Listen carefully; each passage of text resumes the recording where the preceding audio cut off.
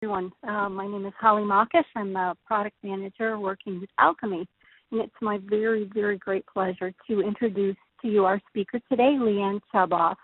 Leanne has over 25 years of food service experience, specializing in supply chain food safety and quality assurance. Currently, she's the Senior Technical Director for the Safe Quality Food Institute, responsible for the technical elements of the SQF program, including the development, maintenance, and technical support of the SQF code and supporting materials. Prior to working at the SQF Institute, Leanne worked for the National Restaurant Association Solutions as the Director of Science and Regulatory Relations. In this role, she was responsible for the technical accuracy of the Serve Safe Food Safety Program and developed program and services on food safety and food defense to fit with all segments of the restaurant industry. Leanne has also worked for Long John Silver and Boston Market in corporate quality assurance, where she developed food safety and vendor approval programs.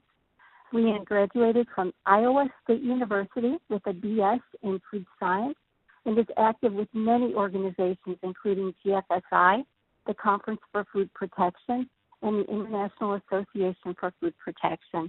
She sits on several committees in an effort to enhance policy and develop programs for the industry to help protect public health. It's my very great pleasure to introduce you. Leanne, you're up. Thanks, Holly. I appreciate that. I always sound so old when everybody reads my bio, so I appreciate that. As Holly and Leslie stated, I will be your speaker today for both presentations.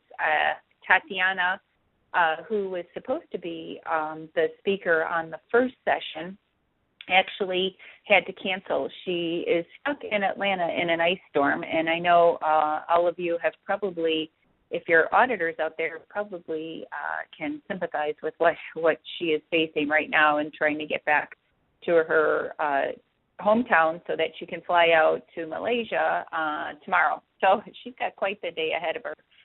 So hopefully everybody's snug in their office or work or home or whatever and able just to view this on the webinar. So let's begin. The first session is going to be about establishing smart food safety and quality objectives.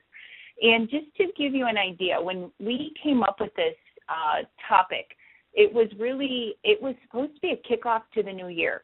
So we're all starting our new programs. We're all gearing up for what we want to do to build continuous improvement or identify where we need to go, what direction, how to improve. So that's why we wanted to kick off this Learning Launch series with establishing those smart food safety and quality objectives and what we want to get out of it and how to get started. Because I think a lot of times we have so much, whether we're collecting so much data or we're getting information from different departments about purchasing, research and development, quality assurance, production. Everybody wants a piece of QA, and we need to try and identify a way to take all that information, prioritize, and figure out how to focus and how to begin. So that's why we thought we'd kick off this Learning Launch series with establishing those food safety and quality objectives. And Tatiana, who is one of our instructors for the Advanced Practitioner course, the SQF Advanced Practitioner course, she's the one that put together this presentation, and I'm going to share it with you. And I always say this whenever I have to step in, but doing somebody else's presentation, especially with about 15, 20 minutes notice, is like using somebody's toothbrush, right? It'll do the job, that presentation. However, you're just really not that comfortable doing it. So I'm going to do my best in figuring out the best way to brush my teeth with Tatiana's toothbrush. So let's begin. This is Tatiana. She is one of our all-star instructors that are out there. If you haven't been to one of Tatiana's classes, I would recommend you go to it. She's absolutely amazing, has tons of experience, and has been out there for quite some time and can really put together her experiences that she's learned through the field and through what she does in training and consulting and brings them to life in her training. So check out her website, Ecolab. I believe it's ecolab.com, and check out those trainings sessions that she has, and try and figure one out, one that you can attend. She's really super. Ecolab, who Tatiana works for, is a leader in hygiene and energy. They do a great job. I think most of you guys know them from their chemicals and what they can do, but pest control, whatnot, their training centers, they're one of our partners out there, and like I said, Tatiana is one of our excellent trainers. So what do we want to talk about today? Tatiana always kicks off presentations with a food safety moment, and I love her food safety moment. It's coming up. And then we're going to talk about objectives, continuous improvement, goals, KPIs, and then there's going to be time for Q&A. So we're going to really talk about those objectives, goals, KPIs, and the differences between them, because I think sometimes we all lump them together, but there are distinct differences between them and how to get there. So let's start with our food safety moment. So home and travel food safety tips. What you want to do is do it even when someone's not watching, and especially hand washing. So her food safety moment is to wash your hands. So this is the most interesting man that's out there, and the meme that's out there is, I don't often wash my hands after a bathroom visit, but when I do, it's because someone is watching. And probably that's what we all do, right? Maybe I always wash my hands, not just because somebody's watching, but I think because we know the importance of washing our hands. I think what we want to do is make sure that if you are doing it because someone's watching, but because you're representing your organization. I know when I worked for the National Restaurant Association, now with the Food Marketing Institute, but when I worked for NRA, we developed the ServSafe program. And so in the ServSafe program, I think if you guys are familiar with it, hand washing is a big part of that program. So I was representing the National Restaurant Association. I made sure it was 20-second scrubbing and rinsing and making, getting the foam and the bubbles going, and then drying my hands with a single-use paper towel. I could recite that to the day I die regarding hand washing procedure. But make sure that you're doing hand washing, whether it's because someone's watching or because it's just the right thing to do. And that's Tatiana's food safety moment, brought to you by Ecolab. So let's move on to this presentation.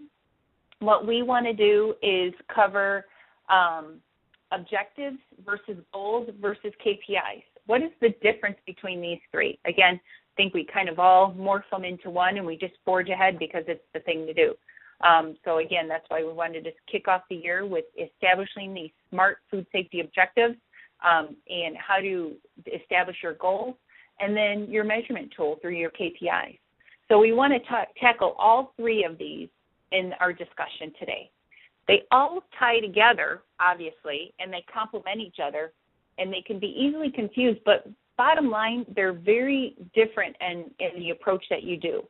So just to keep in mind, there's three simple definitions for each of these. Your objective is, where am I going, or what should I do, right? You're establishing your objective. Where am I going? What should I do? And then your goal is, how do I get there? So how I get there, or how do I do it? That's your goal. So your objective is, where am I going? What's my big plan? And then how do I get there, or how do I do it? And then your KPI is, how well did I do it, or your measurement tool. So that's really going to tell you how successful you were. And KPIs are a great way of not just determining if you're on the right track, but also can identify trending. And so it's a good comparison tool as you move along, whether it's an annual comparison, monthly, whatever it might be. And we'll go into more detail about that in just a little bit. But three approaches to establishing your goals, right? Your objective, where am I going, what am I doing? Your goals, how do I get there, or how do I do it? And then your KPIs, or your measurement tool. So let's start off with getting your objective, meaning your objective is where I am going, right? So let's start establishing where I am going. For Tatiana, that's probably why she wants to get home so badly, is her objective is to get her butt on the beach in Key West, Florida by February 27th, 2015. That's her objective. I'm not sure if that's Tatiana or not, that's circled in red. However, that's her objective. So it's a big approaching objective. It's clear. We know what she wants to do. But how she got her objectives, so according to ASQ, an objective is a specific statement of a desired short-term condition or achievement. And it has to include measurable end results to be accomplished by specific teams or the individual within time limits. And we'll go in three of it, a pneumatic that you can use regarding understanding how to measure this. And it has, what you want to look at is your objectives are established as to what we want to achieve. They have to be defined, specific, right?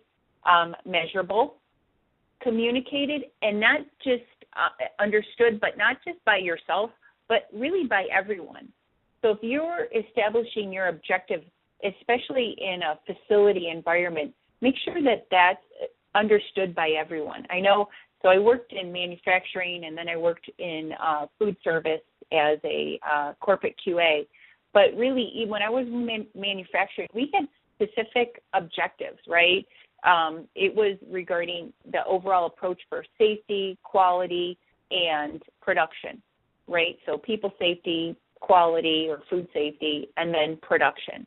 And those were our objectives were around those three areas, but everybody understood what we needed to accomplish. And that was communicated to everybody at all levels. And then they have to be supported, meaning you have the right resources and especially management commitment. And that leads us to why we're here, right?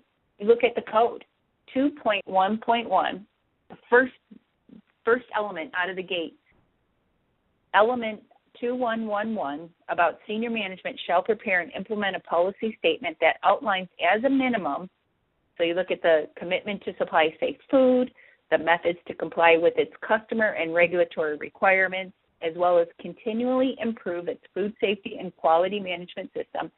And bullet number 3 is the organization's commitment to establish and review food safety and quality objectives. So it's not just that you have a policy statement that's posted, right?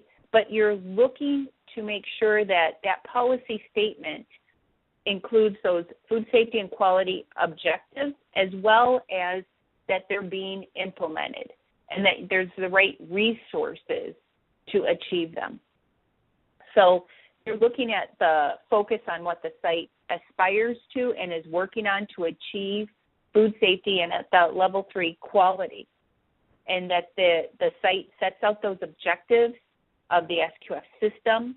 It provides the framework for achieving these objectives at the operational level, and that the objectives are written so that every employee understands them and can contribute toward achieving them. So those are our goals when it comes to establishing those objectives. They have to be realistic, and as an auditor, they're not just looking to see that the policy statement is posted, but that what's in that policy statement is actually being implemented in the facility. So that's how this all gets tied into the code. So it's not just a good thing to do, a helpful tool to prioritize, but it's also part of the SQF code requirements, and it's a great way to foster continuous improvement. So now we have a poll. So if you look at the right-hand side of your navigational bar, you'll see the poll question. So we want to say, vote for your favorite food safety objective. So let's look at it. Do we want to, A, reduce customer complaints from food safety causes, or B, just pass the SQF certification audit? C, we don't want to kill any of our customers in 2015. That's always a good objective. And D, get the SQF auditor out as soon as quickly as possible. And E, eliminate foreign materials. So those are, so look at the right-hand navigational bar. I'm pretty sure it's on everybody's right-hand side. And vote for your favorite food safety objective. So I'll give you a couple minutes, and I think they're going to start. Yep. So we're going to start the poll right now. Okay. So it looks like the favorite one is,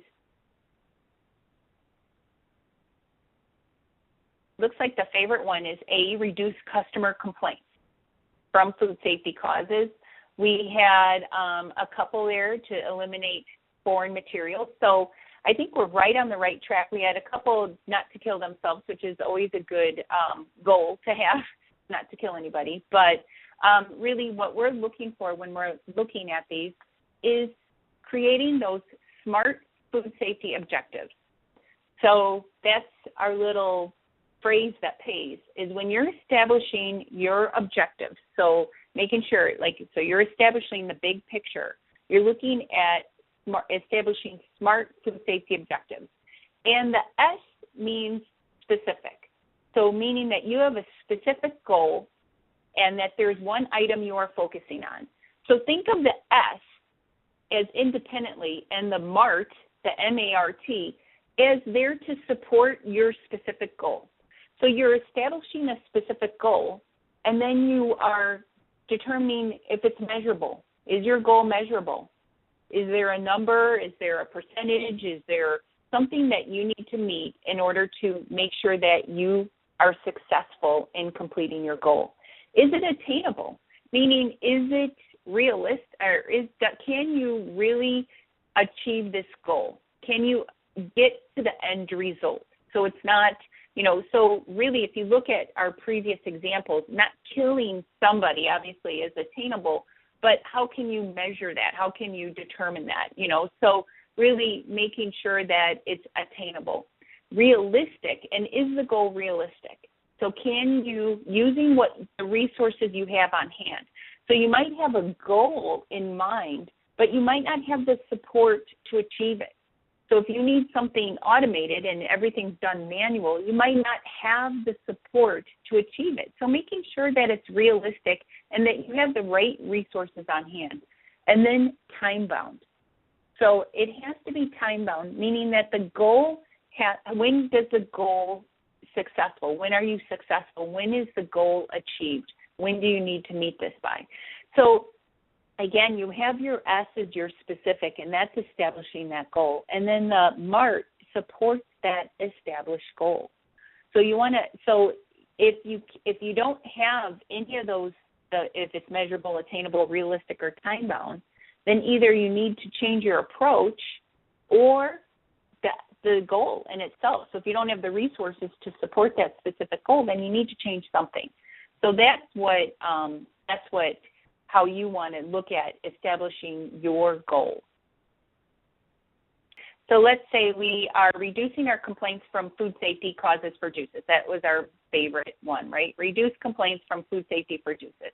If you look at the SMART, you look at, is it specific? It's kind of specific. I mean, we're talking about food safety complaints and juices, so it's kind of specific.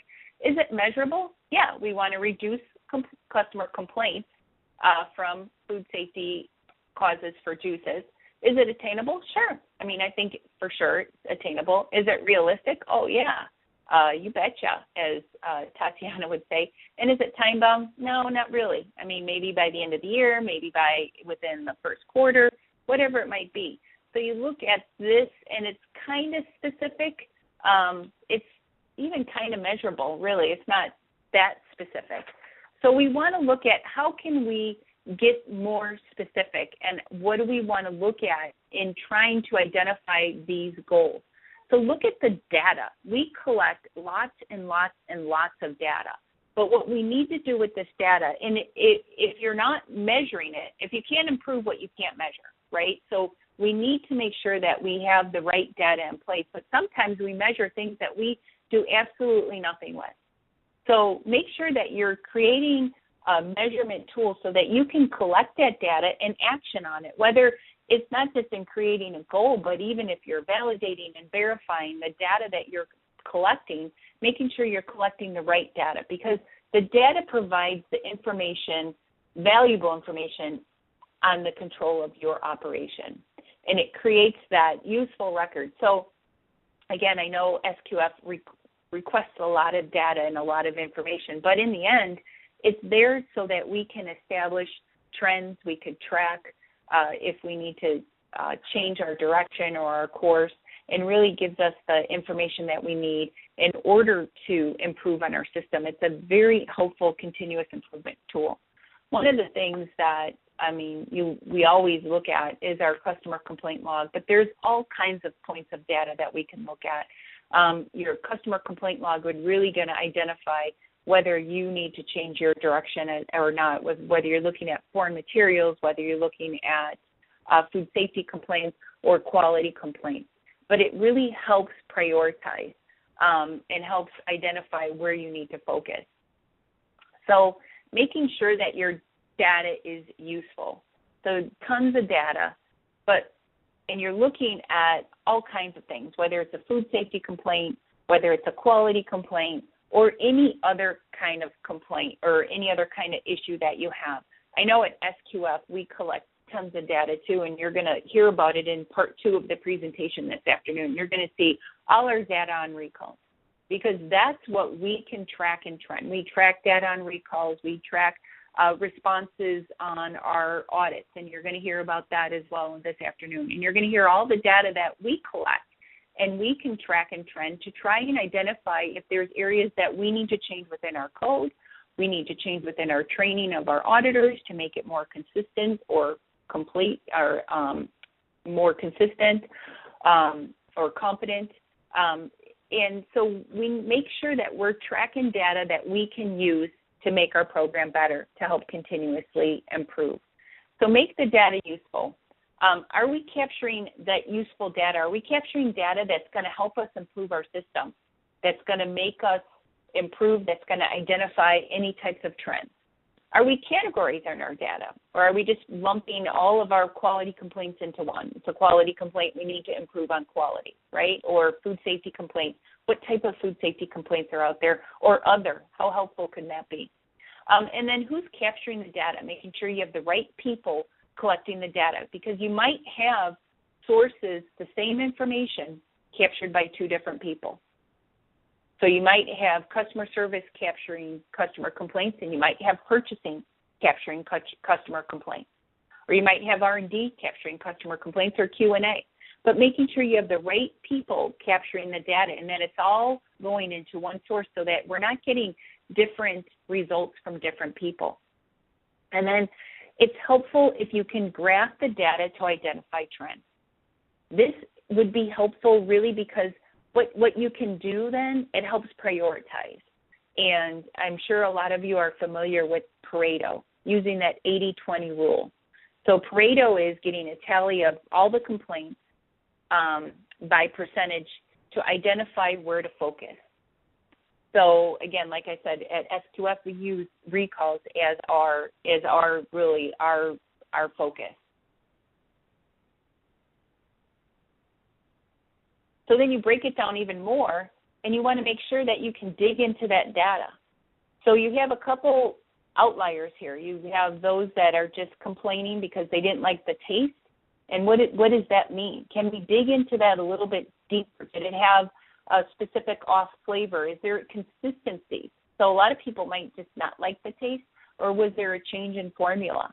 And we want to make sure that we can dig into that data to really specifically identify it. So if you look at it and if it says I don't like it, but there was an off taste, or it looks burnt.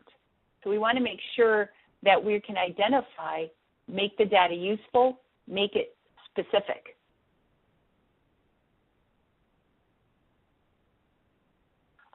Okay, there was a couple questions coming in, or one question is, how do you start a new objective if the data has not been established?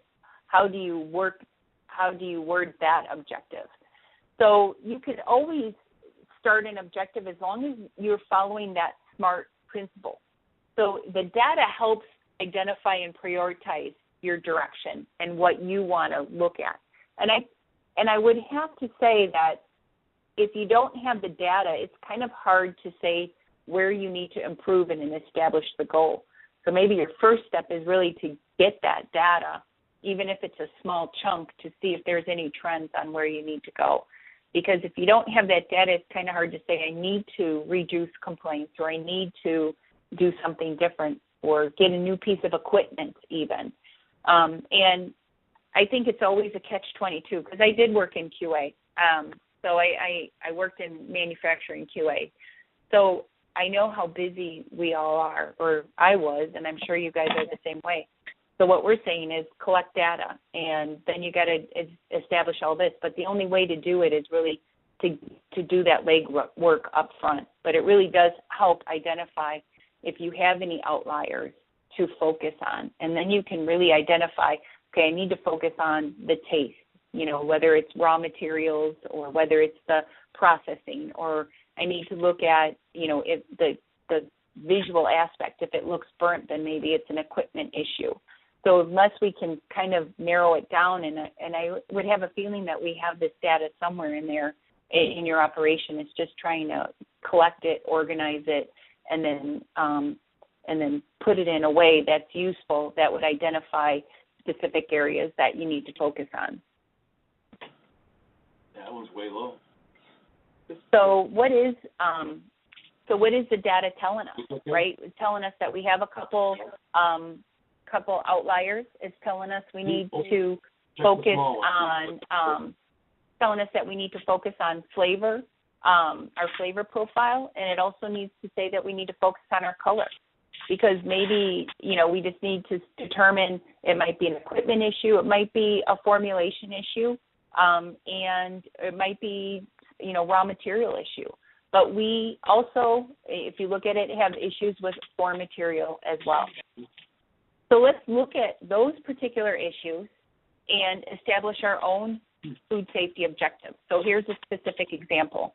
And this presentation will be available to you as well. So you can, for sure, just copy, paste this blank slide right here and establish your own food safety or food quality objective.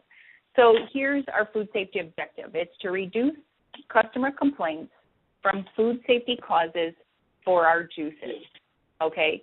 So how can we make that specific? To make it specific, we'll say we'll reduce customer complaints due to foreign material by 10%. So that's our first specific objective. Reduce customer complaints due to foreign material by 10%. That's pretty objective, or pretty specific. It's foreign material based, and there's a specific goal, 10%. How are we going to measure it? So we're going to look to the customer service department. That means it'll be communicated along the facility to make sure that everybody knows that this will be our goal. Either way. Before that time, I was going to ask. Just a timeout. If you don't have your phone muted, if you could please mute your phone, because there's somebody that is actually we lost like 10%. Speaking on the side. So if you could just make sure that you mute your phone either by hitting the mute button or just *6. Either one would be great. So our goal is measurable, meaning the customer service department is there. Sorry, I'm just going to take a timeout. Timeout for a second. Leslie, I'm not sure if there's a way to mute that person or not. Okay, they seem quiet now. Alrighty, so I'll start again. Here's our food safety objective, is to reduce customer complaints from food safety causes for our juices. That's our objective. Our specific measurable goal is reduce customer complaints due to foreign material by 10%. Our measurement is that the customer service department is going to populate a customer complaint log. And this is going to be a weekly review of customer complaints, and it's going to be reported to QA. So that's what we're going to do. That's our measurement tool. Is it attainable? Yep, we're looking at supplier review feedback, and we want overall reduction in customer complaints by 10%.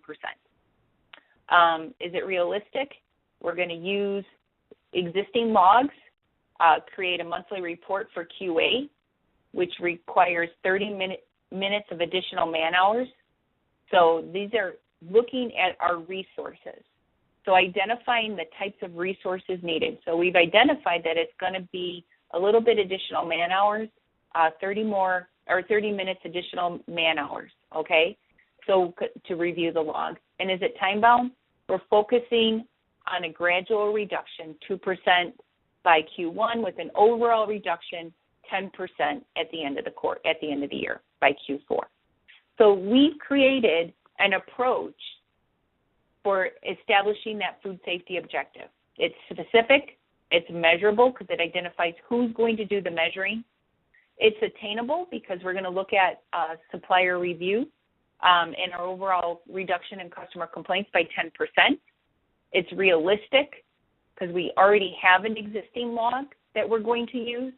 We're going to create a monthly report, and it means that we're going to have a little bit additional resources that we'll need to tap into, and it's time-bound because we have specific goals at each end of the quarter.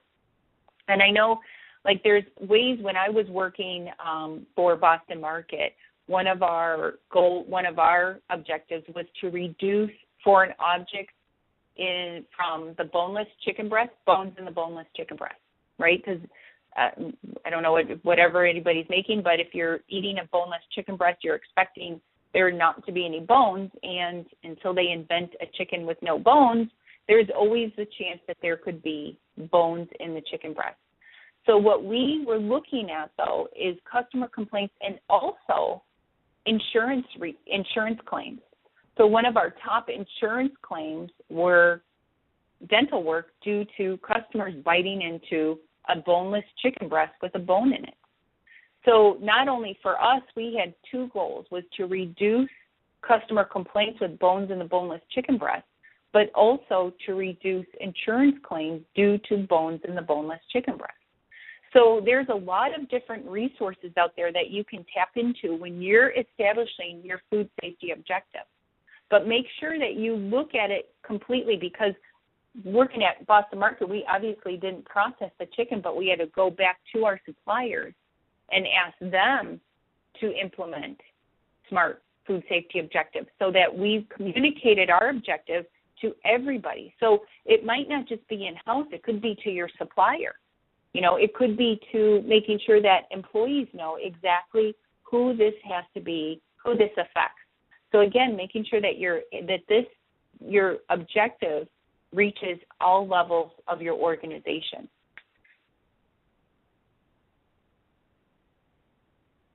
So our food safety objective is to reduce customer complaints due to foreign material for our juices by 10% by the end of Q4. Now that's our SMART food safety objective. So our food quality objective, so that was our food safety objective. Now let's take another example and look at our food quality objective, because we had two outliers there. We had one food safety, which was foreign material, and we had two quality, which was that it looked, whether it would be burnt or whether there's a visual or a taste, right? So what we want to do is reduce customer complaints due to quality issues by 10%. That's our specific objective. How we want to get that is, again, working with the customer service department. Everybody knows we're going to work with the customer service department, looking at that complaint log, weekly review of customer complaints, and all this reported to QA. So there's a specific measurement tool as well. And the attainable is that we're looking at supplier review feedback, and we want an overall reduction in customer complaints by 10%. Realistic, we're using the existing log that we have, and that we're going to have to create this additional log, and that there may be an additional 30 minutes additional man hours. So again, we're making sure that we have the right resources in place to support our goals. And then time-bound, making, again, specific goals, attainable goals that we can track and measure to see that we're on the right spot, that we're in the right place, that we're achieving our goals, so that when it comes to Q4, we don't have to do a mad dash in making sure that we're going to be reducing complaints by 10% in order to achieve our goal. So we made specific time-bound requirements that are achievable throughout the year. So this is our SMART food quality objective, is to reduce customer complaints due to quality issues for our juices by 10% by the end of Q4. So then we're looking at it and we're saying, what if we're not meeting our objectives? So we established these SMART food safety objectives, and maybe we're not meeting them. Maybe there's something going wrong. If your customer complaints keep on increasing or whatever it might be. But then we got to make sure that we have, did our objectives really meet the SMART principles? Was it specific? Is it measurable? Is it attainable? Is it realistic? Is it time-bound? So making sure that you are addressing all of that so that you are meeting your specific objective. So again, it has to be communicated. You have to have the right resources in place. I would say a lot of times when we're not meeting our objectives, it's because it's not realistic. It's because we have so many different goals, we have so many different objectives, and we have day jobs, right? Everybody's out there, and if we're in QA, you're going a mile a minute, and it's not realistic. And so making sure that when you're establishing this specific objective, that you're really making it realistic and you have the right resources in order to support what your overall goal is. So what happens at the SQF audit? You know, we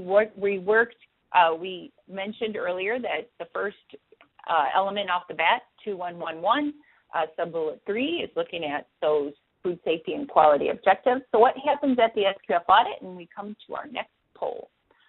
So imagine that you're an SQF auditor and the client that you're certifying doesn't meet their food safety objectives set for this year. So what are you going to do? I'm going to issue a minor. I'm going to issue a critical. I'm going to issue a major. And the last one, it depends. It depends on what they do about it. So let's take a couple moments and answer the poll. All righty. So we got our results, and of course, there was a couple issuing a minor, and actually this is always my favorite answer, which is it depends. It very much depends on what they do about it. So if they're not meeting their food safety objectives set for the year, what are you going to do? And it really depends. It depends on what their food safety objective is, and if they're missing the mark regarding maintaining food safety at their environment, and then it would really be based off of a lot of different things where that minor, major, or critical could be issued. But really, it really depends on what they do about it. It depends the type of programs that they have in place. It depends, for a lot of things. So as a follow-up, for those of you that said it depends, which of these things would you look at if you're the auditor, right, and you see that the facility didn't hit their food safety objective? They have established an objective, they didn't hit it. So what would you look at to follow that? So you would look at if they had a plan in place to move it in the right direction.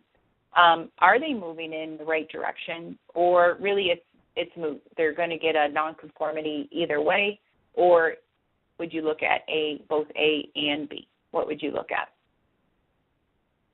Okay, so of course A and B was the most popular answer because you are really looking at to make sure that they have a plan in place and that they're moving in the right direction. That's what the auditor would be looking at. So we had a couple questions come in, especially one that said he didn't realize that could be a nonconformance. So that 2111 could be a nonconformance, and yeah, it could. I think it kind of all depends. Again, it all depends. Depends on, again, that management commitment piece is such a key piece to your entire food safety culture in your organization. So I would take a look at the guidance documents that we've created. If you go on our website, sqfi.com, under documents, look under Module 2 guidance, the guidance we created really does a fantastic job of explaining the expectation of each of those code elements, not just from a supplier's perspective, but also from an auditor's perspective. So it looks to see what the auditor is looking for at each of these code elements. So take a look at Module 2.1, or actually 2 and 11. There's guidance there. There's also guidance for packaging. But take a look at that, and it really breaks it down very nicely to identify that.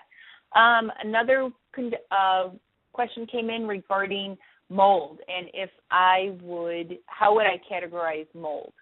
Whether it would be a foreign material, could it be foreign material? Could it be foodborne illness? Could it be quality objective? And I probably would categorize it into, honestly, probably, I don't know what I would do. I think it depends on the product, and it depends on the type of mold that would grow. But probably I would categorize. You could do it as a foreign object. You could almost do it as quality, but more than likely, I always categorize mold as part of the foodborne illness complaints, I guess, because it's part of those, even though it's not pathogen. I guess you could categorize it any way you want, as long as it's consistent and specific and you identify what you're trying to control. So it really all depends on how you want to group those categories. But, yeah, you can do it as foreign material. And then somebody chatted in, what would be, is this an acceptable following? Is this objective acceptable? 100% water potability test acceptability.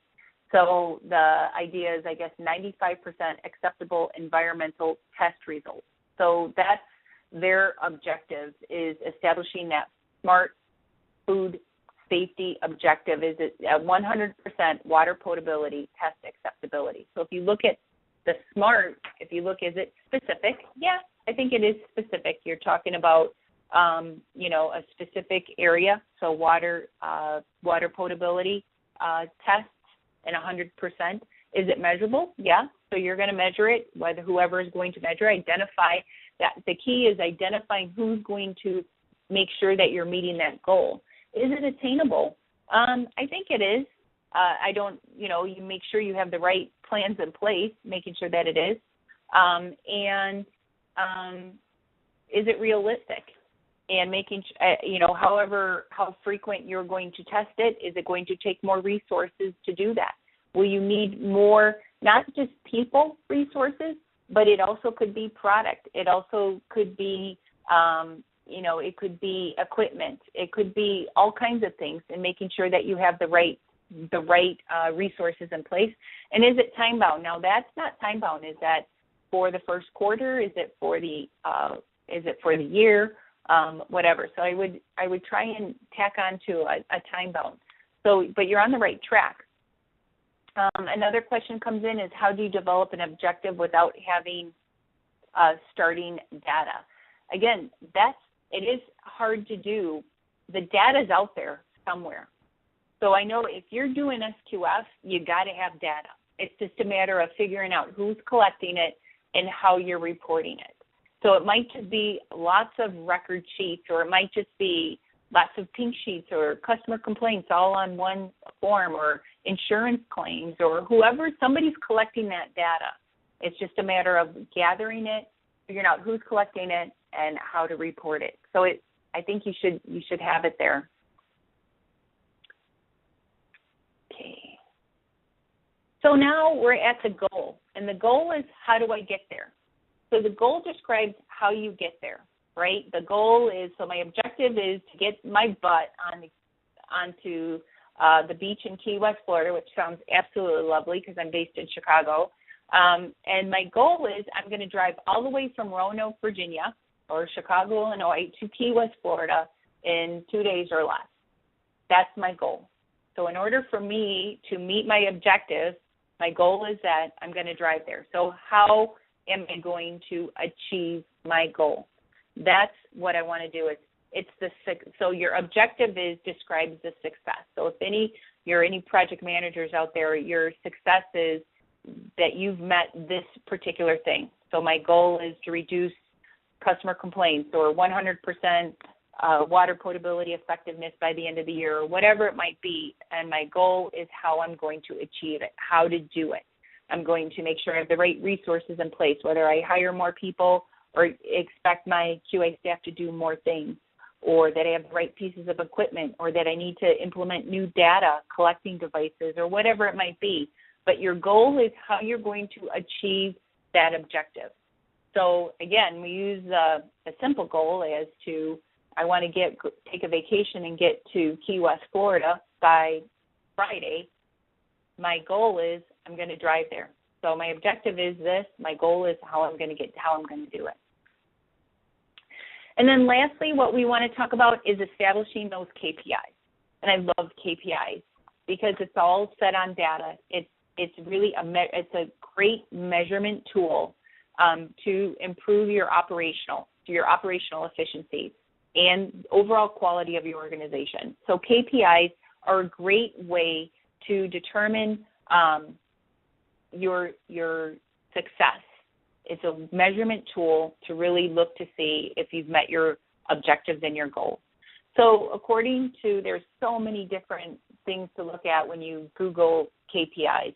One of the ones that I found was on Investopedia, and it talks about a set of quantifiable measures that your company uses to gauge or compare performance in terms of meeting their strategic and operational goals and objectives. So they vary between companies and industries, and it really depends on your priorities, on what you want to set your priorities on your performance or your criteria. And it's also referred to as key success indicators, or KSI. I always have used KPI. So again, you're trying to establish what those KPIs are. They're really this scorecard. It's an actionable scorecard to kind of make sure that your strategy is on track, that what you are trying to achieve, you're on the right track. So a lot of fundraisers have that goal bar, right, to make sure that, okay, we're right on track. This is where we want to be in Q1, Q2, Q3, Q4. And it really helps you manage, control, and achieve your business results. It has to be objective. It has to be measurable. That's what you're looking at when it comes to the KPIs. So it tells you how well you did. So if my objective is to get my butt on the beach in Key West, Florida by February 27th, and my goal is I'm going to drive all the way from Virginia to Florida in 2 days or less, here are my KPIs. How many miles did I cover per day?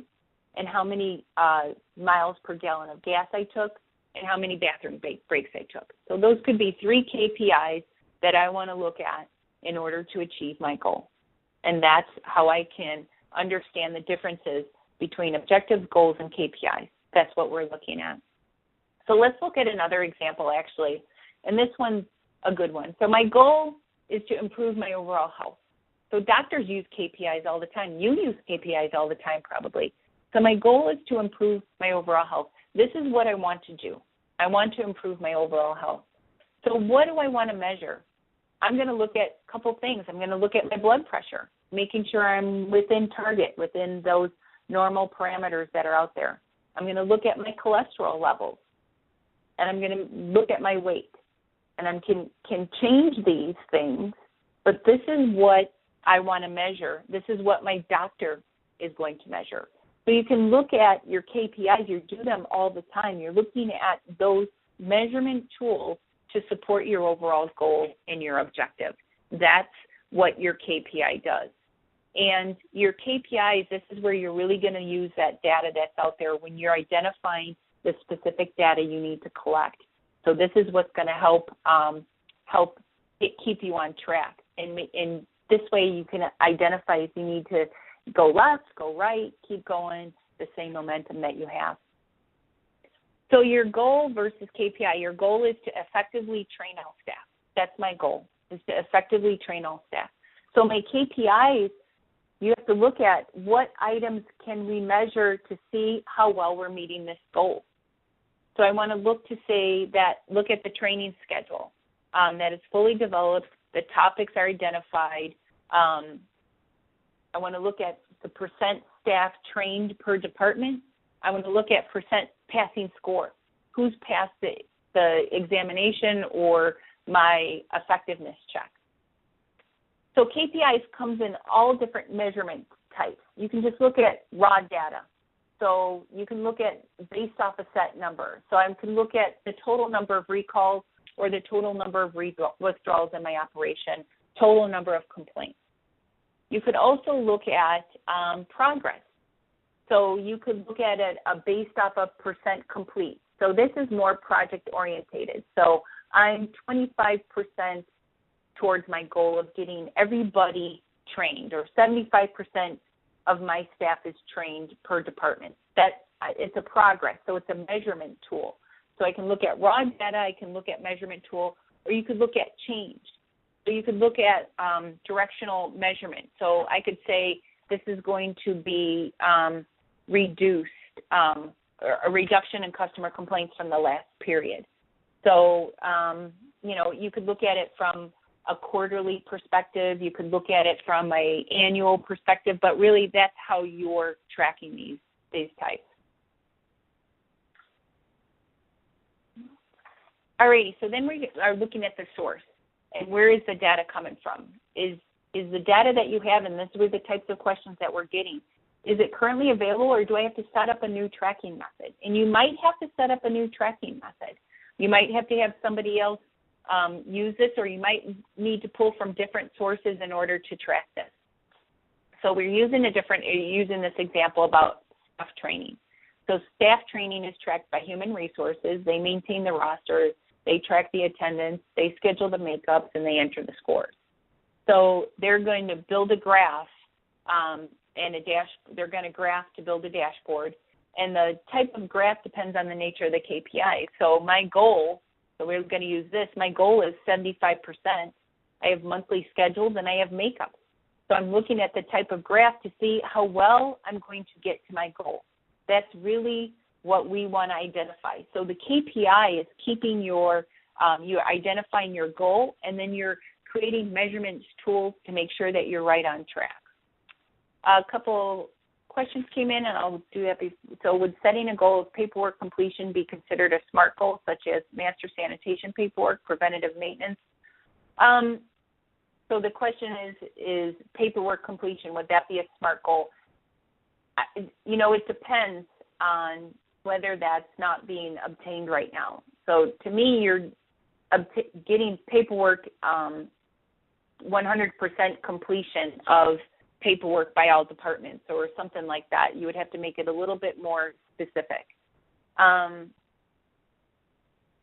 then a question came in is, based on the previous explanation, it seems like the goals you are describing are objectives instead. Your objectives are more specific than that. So the objective would be, if you're looking at this particular goal, I'll go back.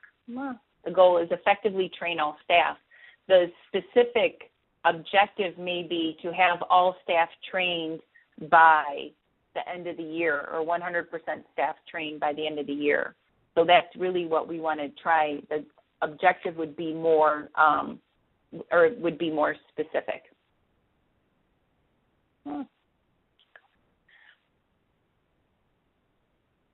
Okay, so now we're going to determine the frequency. And really, so your KPIs, you have to know the type of KPI, the type of measurement tool you want to use, whether it's raw data, whether you're going to graph through a dashboard, whether it's going to be project-based, based off of percent complete. You want to look at the source. So where is my data coming from, whether it's from a department, your own department, whether it's data that you need to start collecting. And then you want to look at the frequency of measuring. And again, it depends on what you're measuring. So at Boston Market, when we were looking at bones in the boneless chicken breast, this was a quarterly measurement tool that we wanted to track to make sure that we were meeting our target. So it really depends on what is being measured. It can be monthly, quarterly, annual. A lot of times you have a complete annual KPI to determine where you were from last year to this year and if you met your specific objective and goal. So your frequency of measuring really looks to identify the progress. And this is looking at an annual comparison. So look at monthly schedules from last year to this year. And again, if you're sticking around for this afternoon's webinar or this next webinar, you really see what we do when we're looking at these KPIs as well. So you got to identify your KPIs. So there's ways, again, the idea of where do I get this data or do I start collecting data? 10 to 1, somebody's already measuring that. Somebody's already collecting it. So you want to look to make sure that your KPIs are meeting your business objectives. So you can't create a KPI that has nothing to do with your overall business objective, with your overall food safety, quality, policy, and objective. But there's a lot of times that you want to look at different KPIs. You can look at customer satisfaction, you can look at your quality, you can look at supplier progress, whether it's on-time delivery, whatever it might be. And then use these alternative resources. So there's a lot of things that could drive whether you want to establish a specific objective and your goal, and then your KPIs. But look at data that's being collected that you might not know about. So your non-conforming product logs, your internal audit results are a great tool to use. Your customer complaints, somebody's tracking that. Your insurance claims. Now that brings in complete ROI into your KPI.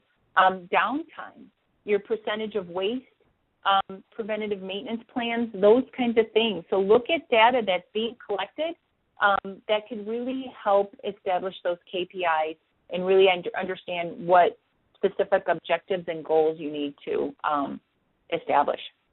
And then lastly, it's important to communicate your results to the right information to the right people at the right time. 3 different things. So if you're communicating to your senior staff, they don't want, a 5-page summary, or not even a summary, a 5-page report. They want a dashboard. They want, here's where I am, here's where I'm going. They want, down and dirty information because it's going to be quick information. They want to see your progress, and then they can come to you, ask more information. So know your audience, who you want to communicate to. Same thing at the employee level. Maybe your staff needs to know the specifics and how we need to change based off of the results that we're getting. Understand how the data will be used. So some people may use it, in presentations. Some people may use it to communicate to their staff. So making sure that you have the right information to the right people at the right time, and make sure you report it on a regular frequency. If you're promising reports on a quarterly basis, if you're promising them on a weekly basis, make sure that there's consistency to how you're reporting this information. And then use the appropriate communication tool. It might be via newsletter to communicate to all your employees or your stakeholders. Could be during an annual meeting or your quarterly meeting when you're given a presentation as to how you're meeting these your specific objectives and goals. So making sure you're using that right communication tool as well. So you need to measure and report regularly. And then, what if you're not meeting your KPIs? What are you going to do? So making sure that if you aren't just reporting this, but that you actually have a strategy and a plan in place to say, okay, this was our objective. This is how we're going to get there. And this is how we're measuring it. These are our KPIs. We aren't meeting this. So we need to change tracks, or we need to make a little bit of changes here and there to get us back on track. And that's the overall goal, is to make sure that you meet that specific objective that you've established. So reporting, measuring and reporting is key, and making sure that you make little changes to see that you're meeting those KPIs. So in summary, objectives need to be SMART. Your KPIs, so SMART meaning specific, measurable, attainable, realistic, and time-bound. So if you're creating those objectives, make sure they meet all those things and you're on the right track. Your KPIs reflect your business drivers. So don't focus only on monetary measurement. So don't focus on, specific things, making sure that your KPIs, really reflect what you want to get accomplished. And create those measurable KPIs. Choose what's worth measuring. So whether it's customer complaints or reduction in quality incidences or whatever it might be. Identify KPIs that can affect change and measure your KPIs against key targets. So it's always good to do a comparison. This is where I was this year. This is where I was last year. That's why that data is so important. Track and monitor your progress and communicate positively to staff. So even when you're doing things right or wrong, making sure you're giving that information, that feedback back to the right people.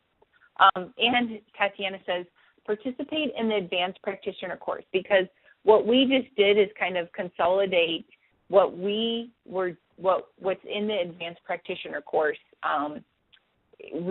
In the advanced practitioner course, we kick it off with establishing these SMART food safety and quality objectives, and we take one example through 2 days of coursework, and we come up with our KPIs, and we report back to everybody what we've discovered in this exercise. So if you go on, like I said, Tatiana is approved to teach the advanced practitioner course, and if you go on her website, her next advanced practitioner course is April 21st through the 22nd. This is a new course offering by SQF, and only specific instructors can teach it. What we established with the advanced practitioner course is really to help those practitioners that want to do more with the data that they're collecting. How can I take the data? It focuses on establishing those SMART food safety quality objectives. We look at utilizing internal audit results and what we can do for continuous improvement.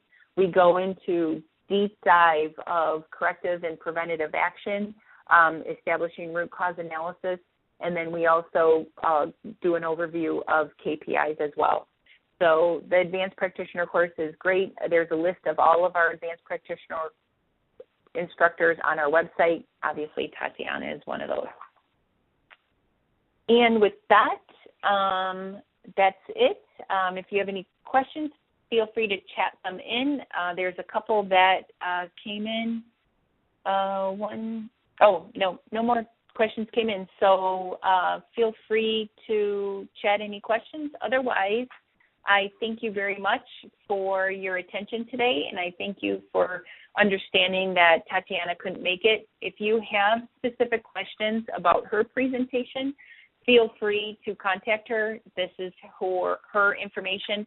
If you can't remember how to spell Tatiana Lorca or you can't remember her name, I think foodsafety@ecolab.com would be sufficient as well. And with that, I will conclude this session of the webinar. Stick around if you want. I will be presenting the next session at 1:45, and that is about recalls that we've seen in 2014. It's about the top non-conformances that we've identified in our SQF audits. And it also is going to go into the audit results. So those, we call it the top non-conformances that aren't being raised by auditors. So this is where we take a look at the data, give you that big overview approach, and we will share that information with you at 1:45. So stick around. We'll be right back.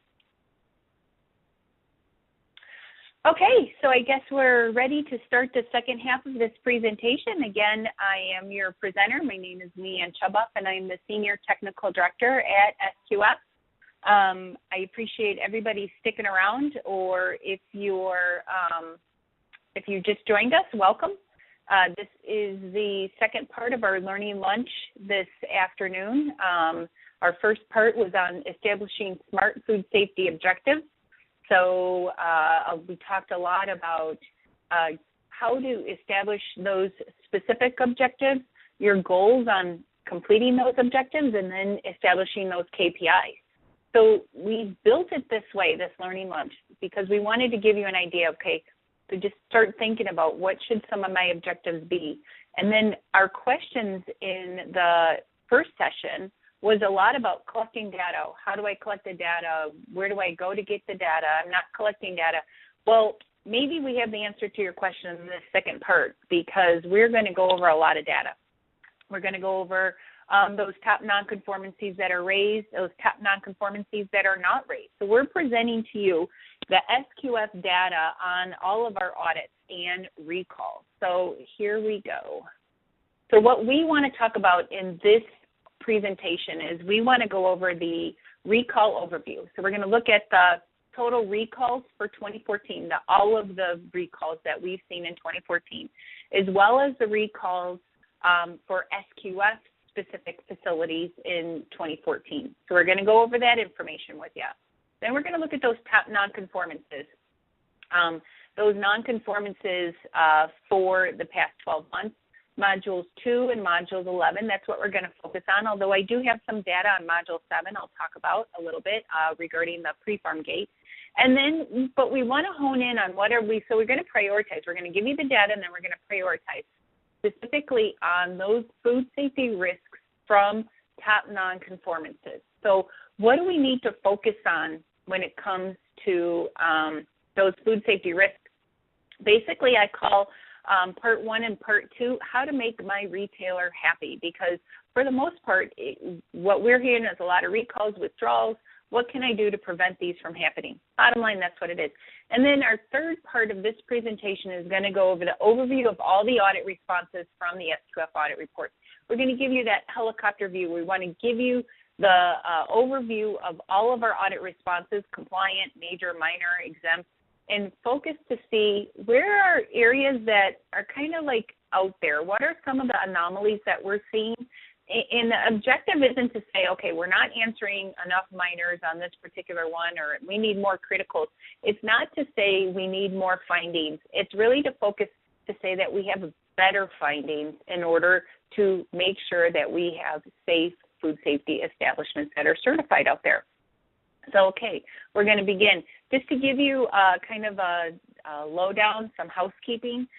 If your phone's not muted, everybody's muted typically, but sometimes you become unmuted for one reason or another. So if you could just do us all a favor, *6 your phone, or just hit the mute button on your phone. That would really help us out. So in case you do become unmuted for some reason where you're not a distraction to the webinar.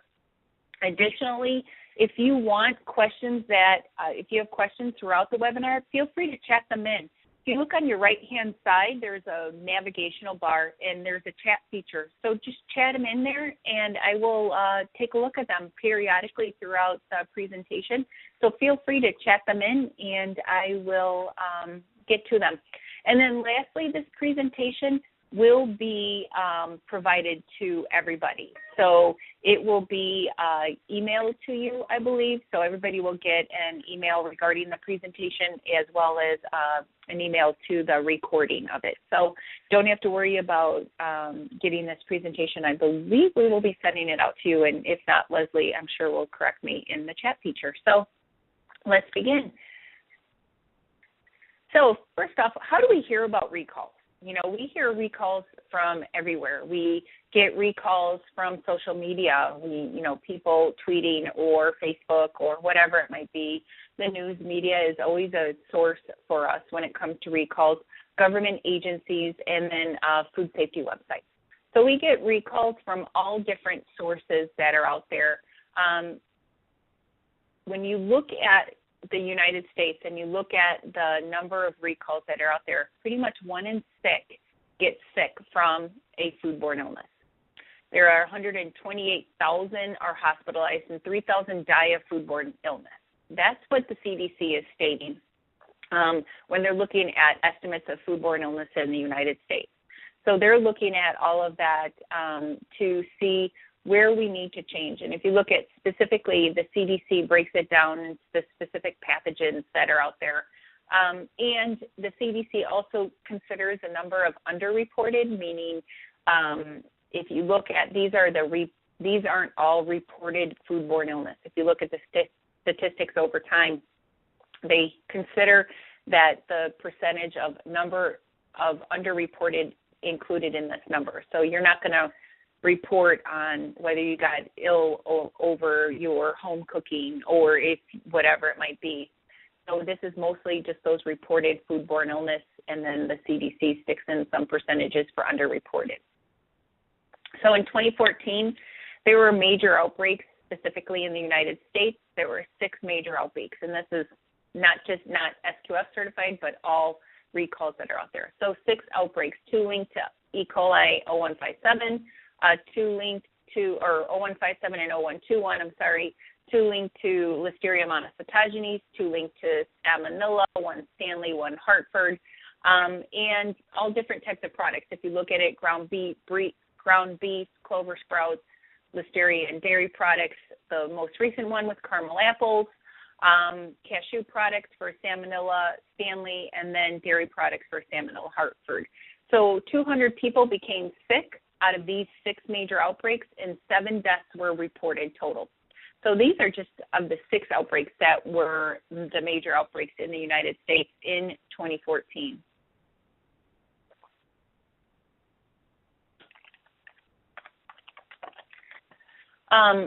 In 2014, the total recalls were 2,155 in total. So this information was presented at the SQF conference last year. However, this first part of this information is new.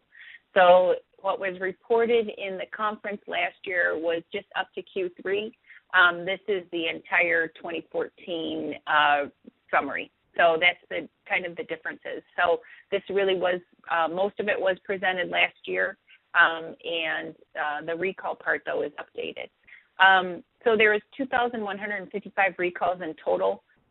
Chemical contamination was the number one reason. So we track our recalls by 3 major topics. We look at biological, we look at chemical, we look at physical, and then there's a bunch of others, meaning there's quality issues, whatever it might be, that just don't fit into each one of those categories.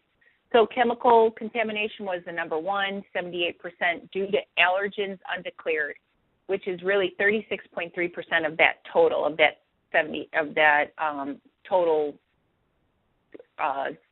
number. But when you look at it compared to 2013, there's a 10% increase when you're looking at 2013. So if you're looking at the overall numbers, or if you're looking at the percentage of increase. So we're seeing this as a bit of an increase when it comes to allergens. When you look at biological from 2014 to 2013, there's a 3.3% decrease in biological. So there's a little bit, an increase in chemical and a decrease in biological, and then physical remained about the same. And then the other issues, when you're looking at, like I said, quality, there's a bit of a decrease as well. But when you look at the total numbers themselves in from 2014 to 2013, there was more recalls associated. There was more overall recalls, less SQF certified recalls. So percentage-wise. In 2014, again, there was 143 out of 2,155 recalls from SQF certified suppliers. Again, chemical hazards was the number one reason for us. When it comes to SQF, that was 96% of the recalls for chemicals was due to allergens undeclared. So we're seeing more of SQF certified suppliers having recalls towards allergens undeclared than any other chemical issue. There was more than a 10% decrease in physical contamination or recalls due to physical, and we still get those, whether it's metal shavings or plastic bits, packaging, whatever it might be.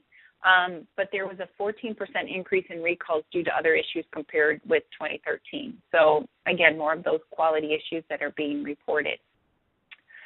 So, overall, look at the supplier recalls for 2014, 2,155 overall supplier recalls. We're looking at 26% biological, 46% chemical, 8% physical. When you break it down to how that looks for chemical contamination, overall, 78% due to allergens undeclared. So let's look at the certified, SQF certified supplier. if you look at that, that's 143 out of 2,155 were due to SQF certified suppliers. 42% chemical, 35% biological, 14% other, and then 8% physical. And of those chemicals, 96% were due to allergens. So overall, most of our chemical recalls are due to undeclared allergens.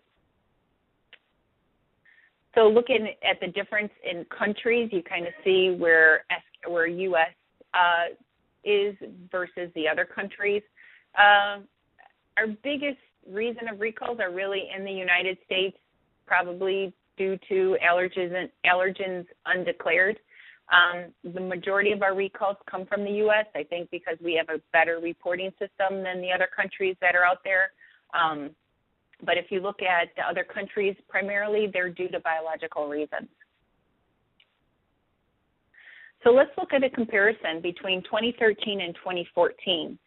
A couple things to note in this comparison. One, majority overall recalls grew from 2013 to 2014. Really not, I don't know statistically significant, but there is a big jump in numbers. When you look at it overall, big picture, yep, we had more recalls in 2014. However, we had less of a percentage of those recalls than 2013. So 0.1% decrease in overall recalls from SQF certified suppliers, but there are more recalls. So, I mean, you kind of can pros and cons right there with looking at the statistics. And when you look at the number of recalls, when you look at while SQF recalls have increased, look at the number affected by others. And what affected by others means is your incoming sources. So suppliers that are affected by another recall, not by an SQF certified supplier. So, for example, let's say mangoes mangoes are contaminated and an SQF certified supplier makes mango salsa. Therefore, they have to recall their mango salsa. Same thing with nuts or the apples that are coming in to make caramel apples, whatever it might be. It's looking at those products sourced from other organizations that initiated the recall. So that number has increased in 2014 versus 2013, which might be why we have an increase in overall recalls. So bottom line, your incoming materials coming into your facility are affecting what you are creating and could really create, bigger problems when it comes to recalls from your sources. So make sure that your incoming sources are from, are from an approved source that are out there. So that's a big picture of the overall recall data. Again, just kind of summed it up for you there, what we're looking at. So bottom line, SQF certified suppliers, number one recall is due to allergens undeclared. We are getting an increase in recalls from products that are coming sourced into the facility. So incoming materials are being recalled, which is affecting the finished product in that facility. So making sure that we look at labeling of allergens or environmentals as well, and then also looking at incoming sources.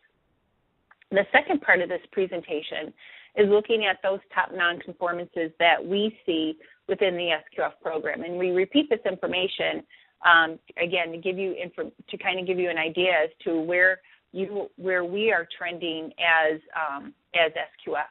But we want to share with you those top non-conformances from the desk audit, a review of those top non-conformances from the last 12 months, or the data for 7.2, and the data from Module 2 and Module 11. And then we want to summarize and identify those food safety risks from those top non-conformances. So let's look at the top non-conformances from the desk audits that are out there. So just to kind of give you a recap, a desk audit is only required on those initial certifications. Does it mean that the document isn't reviewed on every single audit thereafter? It just means that the desk audit, doesn't have to be an independent review of the facility's documentation prior to the facility audit. So these are all for initial certifications. The purpose of the desk audit is to make sure that facility has the programs and policies to support the SQF system. So it's important that we do a thorough desk audit so that we're not going to go into the facility audit and they're not going to have the right programs and policies in place. So the top non-conformance is obviously the food safety plan. So we're looking at the food safety plan, and we're only looking at the policies and procedures. We're not looking at records or logs. So we're looking to see that the food safety plan follows Codex. It has the 12 steps, the 7 principles, all that good stuff. The second one is on the product withdrawal and recall program. So the full program isn't implemented. Business continuity planning, elements of the program that aren't being met within the document review, and the fact that the program isn't being tested annually. And then management responsibility, that there isn't a job description for the backups. So making sure that you have not only your key personnel in place, but you have the backups identified and that there's job descriptions for them. And then contract service providers, that there's not a register of service providers, and they're looking for specific ones. Your certification body should probably be listed as a contract service provider. Incoming goods and services, which we just talked about regarding recalls, and having that approved supplier program developed and that's written and developed, because this is just the desk audit. And then your internal audits aren't being conducted, and there isn't the full program that's being implemented.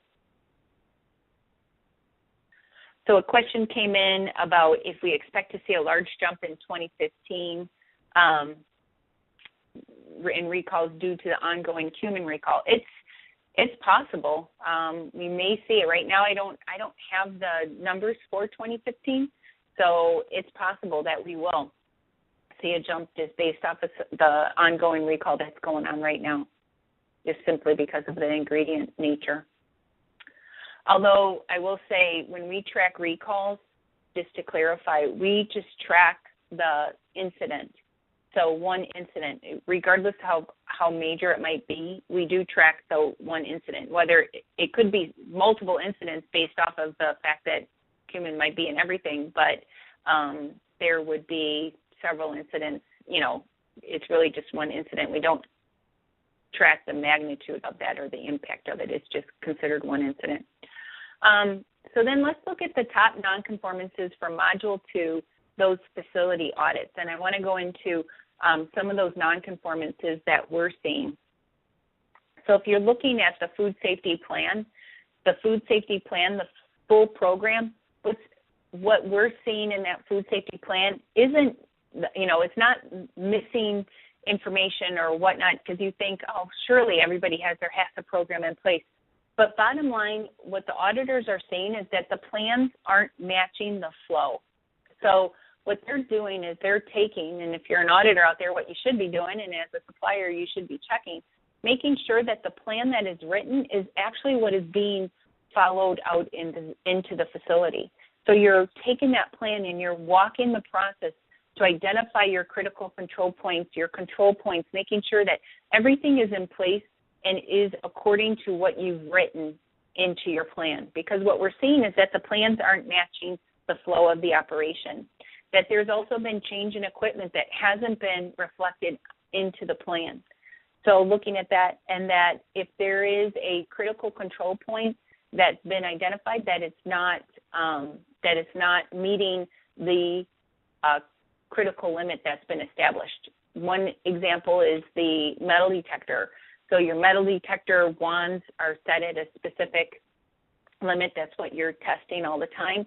But your customer specification or your wands aren't really what's being matched out there. So food safety plans aren't really saying what is written down in the plan itself.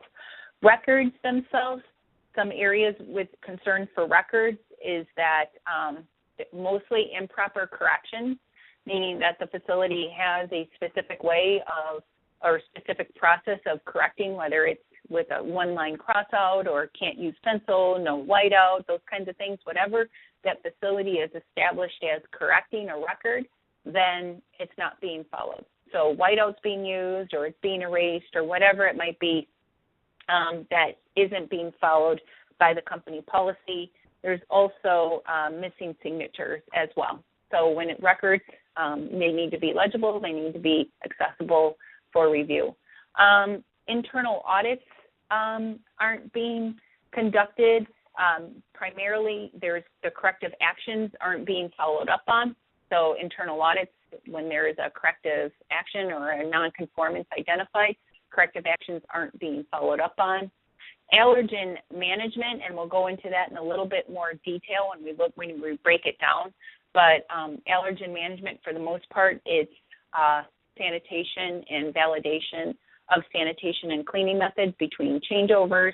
The validation protocol isn't specific to the protein that they're trying to control. Business continuity planning, the annual testing isn't either being conducted or the business continuity plan doesn't take into account what the facility needs to do to maintain food safety. So if there is a fire or if there's a different type of crisis, the business continuity plan doesn't take into account what that facility needs to do with the food. Product quality plans typically aren't being specific, don't have that true analysis that's being conducted to identify those threats to the business.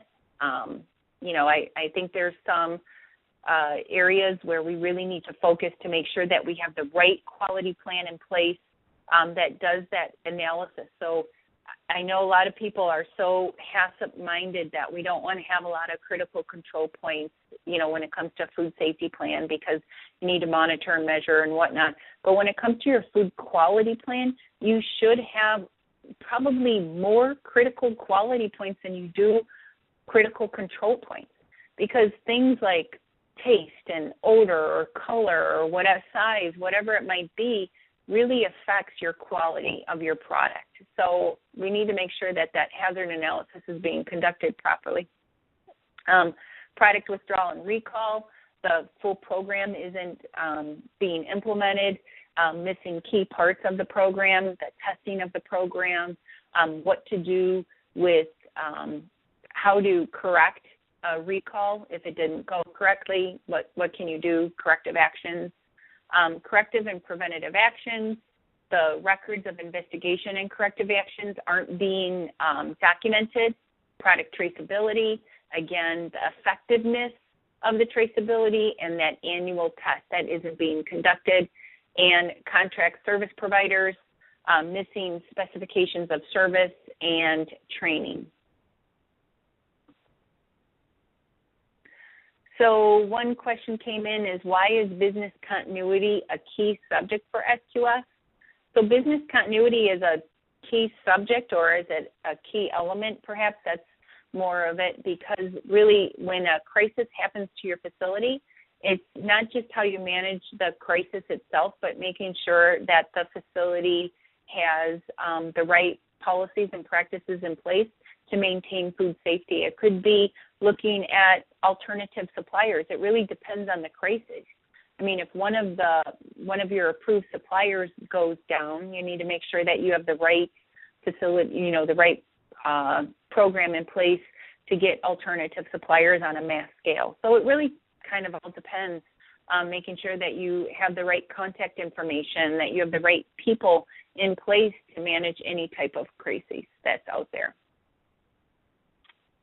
Top non-conformances from Module 11. Of course, it's the equipment, utensils, and walls and floors. Equipment and utensils, really just dented, cracked equipment, peeling stickers, equipment on the floor. Walls and partitions, you're looking at holes specifically to the cooler doors. Typically, you have damaged cooler doors, holes in the walls. And then floors, drains and waste traps really cracked and crumbled. There's soil and dirt that's built up, floors that aren't sealed that should be for cleaning purposes, control of foreign matter, mostly temporary fasteners. So temporary fasteners that are being used, whether it's a bag over something, bag over a scale or, a tipper tie to clasp something together or whatever it might be. Really, it's the use of temporary repairs, and then also even using damaged equipment when we shouldn't be. Cleaning and sanitation, mostly the SSOP. So our SSOPs aren't in place and people aren't trained that should be. Staff engaged in food handling and processing operations, mainly just employee hygiene, washing hands, and not just washing the hands or not having the sufficient tools for employees to wash their hands, whether it's enough hand washing sinks, enough the soap containers, waste baskets, single-use towels, those kinds of things. Management of pests and vermin, basically the pest control program that isn't in place or hasn't been checked or verified that it's meeting its intended use. Premise and equipment maintenance, those food contact zone repairs, whether it's welding or maintaining the equipment in that area, and then control of foreign matter contamination, specifically the glass policy that's ineffective, that isn't being documented.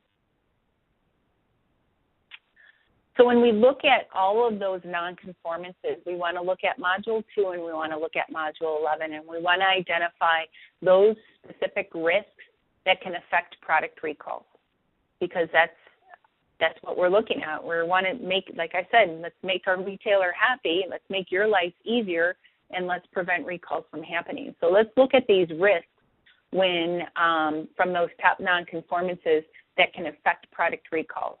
So the food safety plan, specifically what type of HACCP program do I have in place and how am I meeting the program that has been written. Allergen management. So allergen management is now one of our top non-conformances. It didn't used to be. So we've been listing these non-conformances for the past 4 or 5 years that I can remember. From 2011 to 2012, 2012 to 2013, no changes. For the most part, food safety plan, floors, walls, and ceilings, your equipment, walls, floors, drains, dust and vermin proofing were always those top non-conformances. Allergen management was never one of them, and now it is one of our top non-conformances, specifically when it comes to a major non-conformance. So we look at our allergen management program also because that is our number one type of recall, right? Mislabeling of allergens, 95% of all SQF certified suppliers have an allergen or is due to mislabeling of allergens. And that is pretty much our number one reason for recalls, as well as in the chemical category. Product withdrawals and recalls, obviously how we handle a withdrawal and a recall is pretty critical. So that's one that we need to pay attention to. Corrective and preventative actions, so records of investigation and corrective actions that we have, and product traceability, effectiveness of traceability, conducting that annual test. And one of the things that I want to just focus on just quickly on a side tangent is really doing that effective traceability test. And one way to truly test your system using a traceability test is doing a full traceability exercise. So because SQF is under ISO Guide 17065, which means we're product certification. So on your certificate is listed the product that is under your food sector category. So I have chocolate chip cookies, or I have bottled water, or I have canned green beans, whatever they might be. That's listed on your certificate because it's the product that we're looking at to ensure that food safety is maintained to support that product, right? So when you're doing a product traceability, you can do a true effectiveness check when you pull a product off your shelf, or you go to the retail store and you pull a product off and you're looking at that lot code. and you want to do a traceability, and you can do that, right? You're going to look at the raw materials and the packaging materials and say, okay, we're done. But to enhance that traceability exercise, just don't stop at the raw materials. Don't stop at the product that's going into that can of green beans, but look at who made that product and what were their training records. So the employees on the line, the receiving personnel, whoever looked at that. So, and then you're looking at not just the product, the lot codes that can be traced all along the supply chain, but look at your approved supplier program as to who is actually supplying the raw materials or the packaging materials. Look at the sanitation records that day that product was made. Look at any complaints, so you can look at your complaint management system when it comes to that product that was made that day. You can look at the packaging equipment. You can look at the people that are actually, housing that in your distribution centers, whatever. So you can look at that product much more intensely when you just expand your traceability exercise to include everything and everyone that made that product. That is a true traceability exercise and something that would truly test your entire SQF program. So consider doing that as as a traceability exercise. Additionally, work backwards. So if you have finished product and you can trace the product that went into that, or if you have a raw material that's been affected and you need to locate all of your finished product that went into using that raw material. And don't forget to include rework that was included and how that's being maintained and traced. So make sure your effectiveness of your traceability is really being tested when you're looking at your traceability exercise. In Module 11, we're looking at equipment, utensils, condition of the equipment, condition of the utensils. Like I said, there's been, equipment that's been damaged, chipped, cracked, whatever. Floors, drains, and waste traps.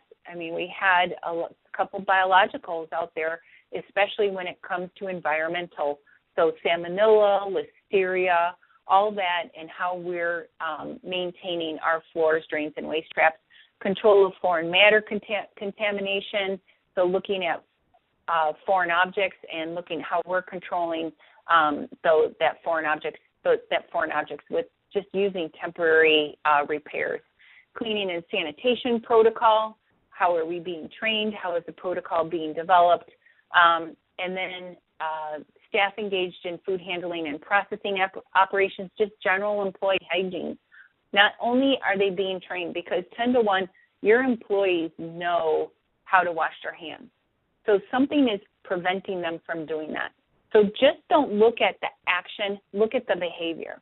So there's behavior to why they're doing what they're doing, whether it's good or bad. I'm washing my hands because the water feels good, it's warm, there's lots of soap, I have lots of time to do it in between breaks, whatever it might be. Or I'm not washing my hands because I'm rushed, or the water's too cold, or I don't have a hand towel to dry my hands, or whatever it might be. But look to the behavior to support the action, and you really will find out what any type of action needs to be taken. So look both ways, why employees are doing what they should be doing and also why they're not doing what they should be doing. But don't always just think that the employees don't know, because they probably do. There's just reasons and behaviors why they're not doing that. So don't forget to look at all aspects of that. And then equipment maintenance, especially those food contact zone repairs when you're looking at sanitary welds or cracks or equipment that needs to be in there. And then control of foreign matter contamination, specifically that glass policy. A couple other questions came in. Okay, wow, a couple of them came in. Okay, one, has there been an increase of noncompliance with unannounced audits? We've been doing statistics. We've had so far 12 unannounced audits. The average score is pretty much the same. I would say there's probably a 2% difference in the scores, but for the most part, facilities are pretty much right on target as to what they did from last year to this year. But we'll have more information about that on unannounced audits when we get more data coming in. Another question came in is, are we do we need to add certification body to our contract service register? I would. They're an impact to food safety in your operation. There's probably specific things. I know you have a contract with that certification body, so I would add them to your contract service register. The food quality portion of level 3 SQF audits for a bakery, what would you recommend for a measurable KPI for checking off odors? That's probably from this morning's webinar as well. So we're looking at a KPI for checking off odors. I will have to think about that and get back to you on that one. I don't know an answer right off the top of my head. Were any criticals observed in 2014? We'll get to that in the third part of this presentation, so hang on. Is it required to be able to associate specific employees to each step of the process for a true trace? It's not required at all. Right now, it's not required. I think it would be a good idea to identify who was there that day, who was making your product, not just from a food safety, but also from a food, actually a food defense as well. So it would be good to know who was on your line at what time and when, but it's not required in the traceability test that we currently have at SQF. There is variation between auditor to auditor in identifying non-conformances. How is SQF taking measures to control this variation? That's a very good question. We do these calibration exercises. We have professional updates quarterly. We identify in communications to our certification bodies, and then they trickle down to their auditors on consistent interpretation.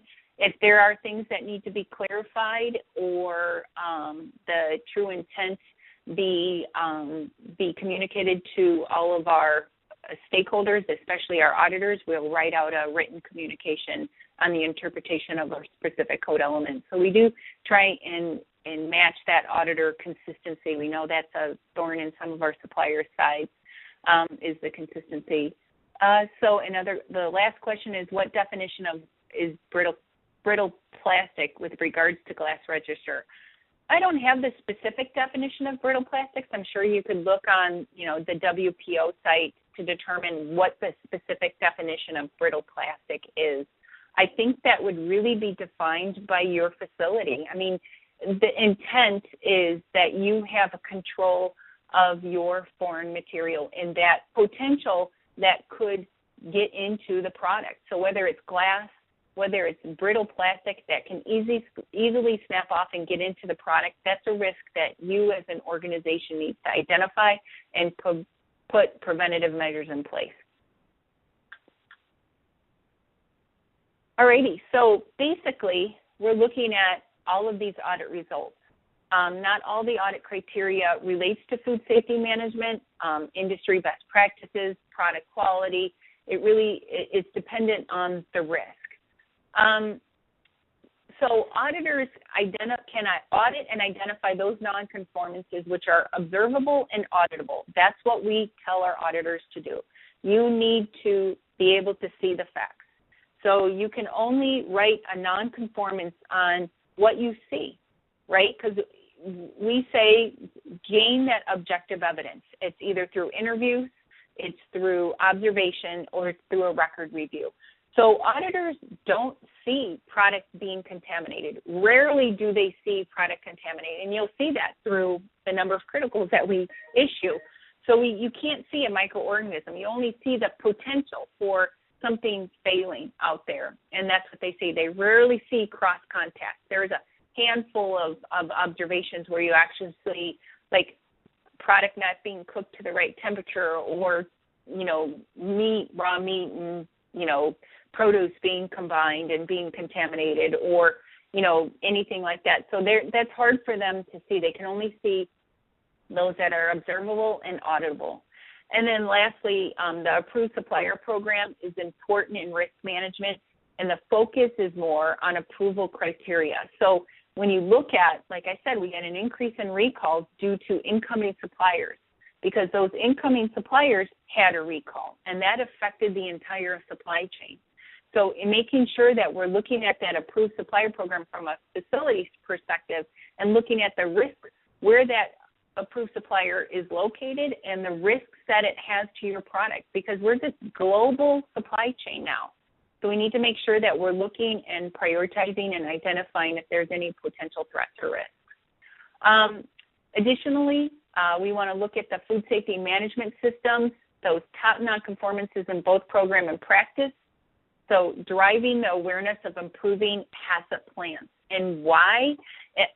It's you need to make sure, as if you're an auditor or whether you're in the facility or you're a consultant, auditor, supplier, consultant, walk that food safety plan to make sure that you are matching, that your plan is up to date, that the right equipment is located, the speed of the belt, that was one nonconformance that was written.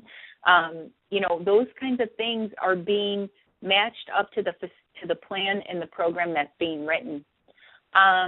So industry and auditors, we need to continue to focus on those food safety risks. Keep in mind that the audits are just the tool for managing those risks, right? So we want to identify it's just that tool to see that those risks are being addressed and controlled. However, we really want to focus the training, awareness, and education to drive that improvement. And again, it's that ongoing. So when you fly, those frequent flyers that are out there, every time you get on a plane, I never look to see where my exit is until they start talking. I'm like, oh, yeah, where's my exit? But that's because, and I fly a lot. So those frequent flyers out there, you know darn well that you need to know whether the exit's in front of you or behind you, but they remind you every single time you get on a plane. And as a supplier, that's what you have to remind your employees. And that means you need to consistently train, you need to reinforce, and you need to change it up. Having the same sign out there that is just going to say, well, employees must wash their hands before going to work, that now all of a sudden that's just nothing. That's just a tile on the wall or whatever it might be. But if you change it up to having something drastic or dramatic or something that is going to remind them to wash their hands, then that's going to trigger that behavior. So again, I go back to when you're training, make sure you identify the behavior that's going to enforce or is going to reinforce that food safety practice that's out there. Because there's good practices, but again, it's something's going on. It's not just that they don't know what they're doing. There's a behavior that's being triggered. So look back and make sure that your employees are being trained and that are aware of the food safety risks that are in your operation. And then again, make sure your standards are reviewed to focus on the criteria on those food safety risks and those product quality risks that are out there. So looking at the SQF standard, looking at your retailer requirements, all of that to make sure that they're reviewed to focus on food safety risks and those quality risks that are out there. Because what we're finding is that we're getting a lot of complaints from retailers saying, you know what, I'm not sure if this facility should be even level 2, yet alone level 3. So we need to make sure we're focusing on the right risks that are out there. Another question came in is it mandatory for a facility to have critical control points, or can they be determined only as control points based on a risk assessment? There's no place in the code that requires anybody to have a minimum of one CCP or CQP, right? So you don't have to have a CCP or a CQP. Completely depends on your operation, on your product, or whatever it is. But you do need to make sure that you follow those 12 steps, those 7 principles, especially when it comes to gathering the HACCP team, doing that hazard analysis to make sure that you have the right critical control points and control points in place. That program, food safety, food quality program, is there to help you at the facility to address the risks, whether they're quality, those food safety risks, or those quality threats to your operation. So having the right plan in place really is based off of your operation and what you're doing. Okay, so now we're going to focus on those all of the audit results for in 2014. Okay, we're going to look at these audit results, and we're going to take a look to see where we need to change behavior or not change behavior, right? We're going to look at those food safety risks that aren't being raised. So just in summary, let's take a look at it. We have our recalls. We had 143 recalls. 17% of those were due to unapproved sources or your approved suppliers coming into the facility. 42% chemical, mostly allergen management, 35% biological, 8% physical, and 14% other. Then we look at the food safety risks from those top non-conformances. Module 2, the food safety plan, allergen management, product withdrawal and recall, corrective and preventative action, and product traceability. And in Module 11, we're looking at equipment, utensils, clothing, floors, drains, control of foreign matter, cleaning and sanitation. Then we're looking also at staff and your food handling operations, maintenance, preventative maintenance plans, and control of foreign matter. Just as an FYI, I don't know if I have any pre-farm gate folks on our end, but the top non-conformances in Module 7, storage of chemicals, sanitary facility, the agricultural chemicals not being stored or used properly, the pest and vermin control program, cleaning and sanitation program, the vehicles and equipment, and personal practices. So those were the top non-conformances under Module 7. So we look at the nice bubbles. Actually, I want to credit Melody Guh, who is our compliance specialist, and she's the one that puts together all this recall data and those top non-conformances. So a special thank you to Melody for putting this together, and she created these nice little bubbles that really kind of break down where those 143 recalls are within the SQF system. So what we did is take the SQF elements and relate it to each of these bubbles. Where do we want to focus on? Doesn't mean the rest of the code isn't important. It absolutely is important. But we want to look to see what is potentially causing those foodborne illnesses or those recalls, I mean. So when you look at overall supplier recalls, we want to look at the product traceability system, the product withdrawal and recall program, the corrective and preventative action that has been within there. And then at allergen management, those 42% chemical, which is pretty much 95% all about allergen management. When we look at allergen management, specifically allergen labeling, because it is mislabeling of allergens that is our number one reason for recall. And then food legislation, which is a part of label management, right, and how we deal with that. We're going to look at the elements as it relates to biological recalls. So your food safety fundamentals, your prerequisite programs, your food safety plan, which should be 2.4.3. I know that's a typo, sorry. Validation and effectiveness under 252, 256, product sampling, inspection, and analysis. And then your environmental monitoring program, which wasn't a top non-conformance, but still an area of concern and how we want to address it. Other issues, mainly quality, 244, your quality plan, 261, product identification, and labeling, again, labeling. And then your physical control of foreign matter, staff, maintenance, and cleaning and sanitation. So a question came in, how many of the allergen recalls due to mislabeling versus improper cleaning procedure? And then another allergen question, is there a requirement for companies to include any allergen that may be found in vending machines and employee break rooms in the actual allergen program? So to the first one, I don't know the answer specifically allergen recalls.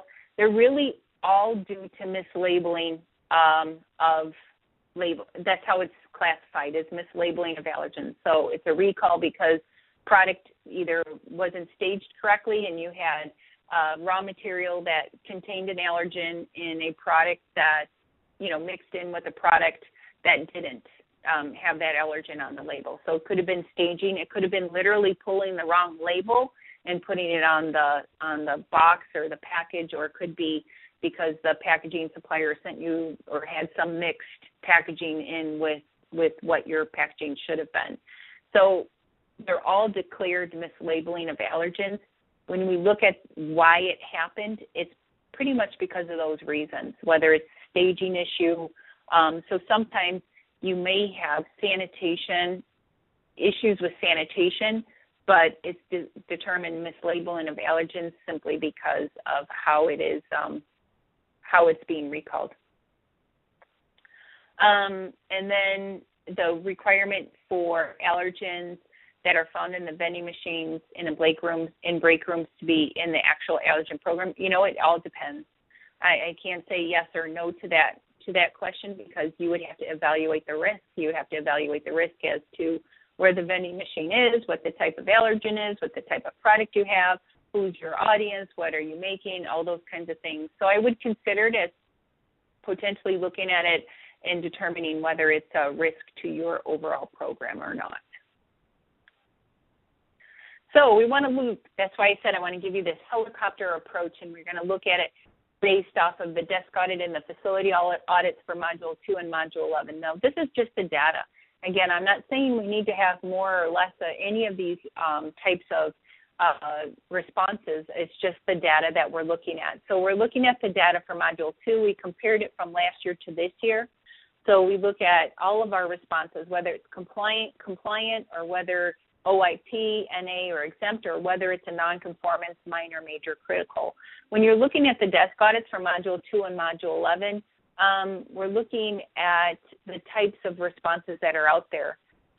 So overall, we see a reduction in major non-conformances and an increase in compliance issues. So keep in mind the intent behind the desk audit is to identify whether the SQF program or whether the facility has the programs and policies in place in order to support the SQF system. So we want to make sure that we're doing a deep dive into these programs and policies so that the facility is ready for that on-site audit. We looked at 2012. We had 6 critical nonconformances that were raised, which is odd, none in 2013, but you can't have a critical in a desk audit. Critical is really, if they're missing a program, that doesn't mean that they're not doing it. It's hard. You cannot issue a critical in a desk audit. It's either major or minor nonconformance. In Module 11, again, we see a higher ratio of compliant, a lower ratio of minor and major nonconformances, and our NA and exempt, which is probably pretty accurate. So let's look at the facility audits and when the auditor gets on site at these facilities. And this data is supported by recertification as well as certification audits, that initial facility certification. And we're looking at 2012 versus 2013 and look at the number of compliant versus non-compliant. And we had a lot of, a higher level of compliant, less minors, about the same majors, a little bit more critical non-conformances overall when you're looking at Module 2, and less with NA and exempt. And again, with Module 2 and or Module 11, again, looking at the same type of trending. Overall, we had more audits in 2013 than we did in 2012. So now we break it down, and we're looking at those specific bubbles that we looked at that front page, right? So we're looking at those certified supplier recalls and specifically product withdrawals and recalls and corrective and preventative actions. So we want to look at 2012 versus 2013, the desk versus the facility audit. And you can look at this and you can see that, again, we have more compliance and less major and minor nonconformances when we look at 2012 versus 2013. It's not saying that it's right or wrong, but really looking to see that, make sure that if there's any anomalies there in place. One thing I want to point out is that when you're looking at these particular elements, you'll notice the capital M in parentheses. So you'll see that there is a capital M right here, right? What that means is that that's a mandatory element. And that mandatory element means that it has to have a response that is either compliant, minor, major, or critical. If you look, or OIP, if you look exempt to NA, you'll see that we still have a high number of exempt NA, especially when it comes to product withdrawal and recall.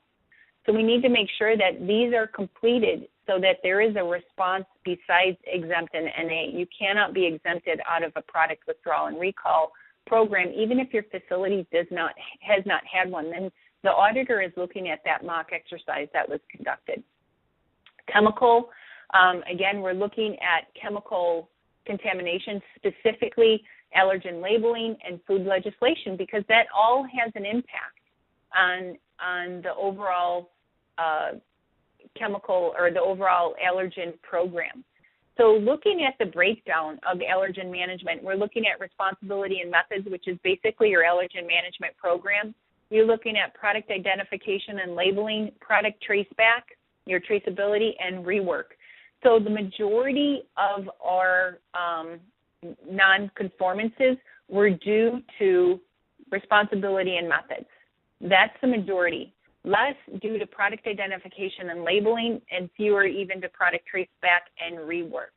So we're really, our number one focus, or our number one reason for recall is due to product identification and labeling, yet our number one issue for non-conformance is product responsibility and methods, which includes sanitation, validation, and verification between changeovers. So why is that? I mean, we're trying to look, same thing with food legislation. We still have a high ratio of compliance. Look at 98.2% compliant, yet this is our number one reason for recall. So as suppliers out there, we need to challenge ourselves to make sure that we're looking at the right things, especially when it comes to allergen labeling of allergens and maintaining the right product in the right package and that it's labeled correctly. So we need to challenge ourselves and do risk analysis of our labeling control program for allergens, because it's easy to identify whether it's a valid sanitation validation, whether it's compliant or not compliant. But we don't want to get into soft auditing, whether you're an auditor or you're doing internal audits, but making sure we're challenging ourselves that we have the right practices in place to control this particular recall. Next is biological. So we're looking at food safety fundamentals, basically our PRP programs, our food safety plan, validation and effectiveness, product sampling, and your high-risk processes. So we're looking to see the total number. And really and truly, when you're looking at high-risk processes, which is pretty much what your environmental monitoring program is, I looked at the responses to this, and for the most part, it's not really against the environmental monitoring program. It is against, process flow. The non-conformances were against process flow, were against those types of things to control the area. But you'll see that we have almost 30% are exempt in NA and 65% compliant, but only 3.2% are minor nonconformances and about a handful of major nonconformances. Yet biological, when you look at the nature of the types of recalls we've had, Listeria monocytogenes, Salmonella, those really are your environmental monitoring that we need to control. So look at the food safety plan, making sure your plan is matching what you write, make sure that it's up to date. Your validation is in place. If you're part of FDA, preventative controls, big push for validation and effectiveness, and that product sampling and inspection is being conducted as well.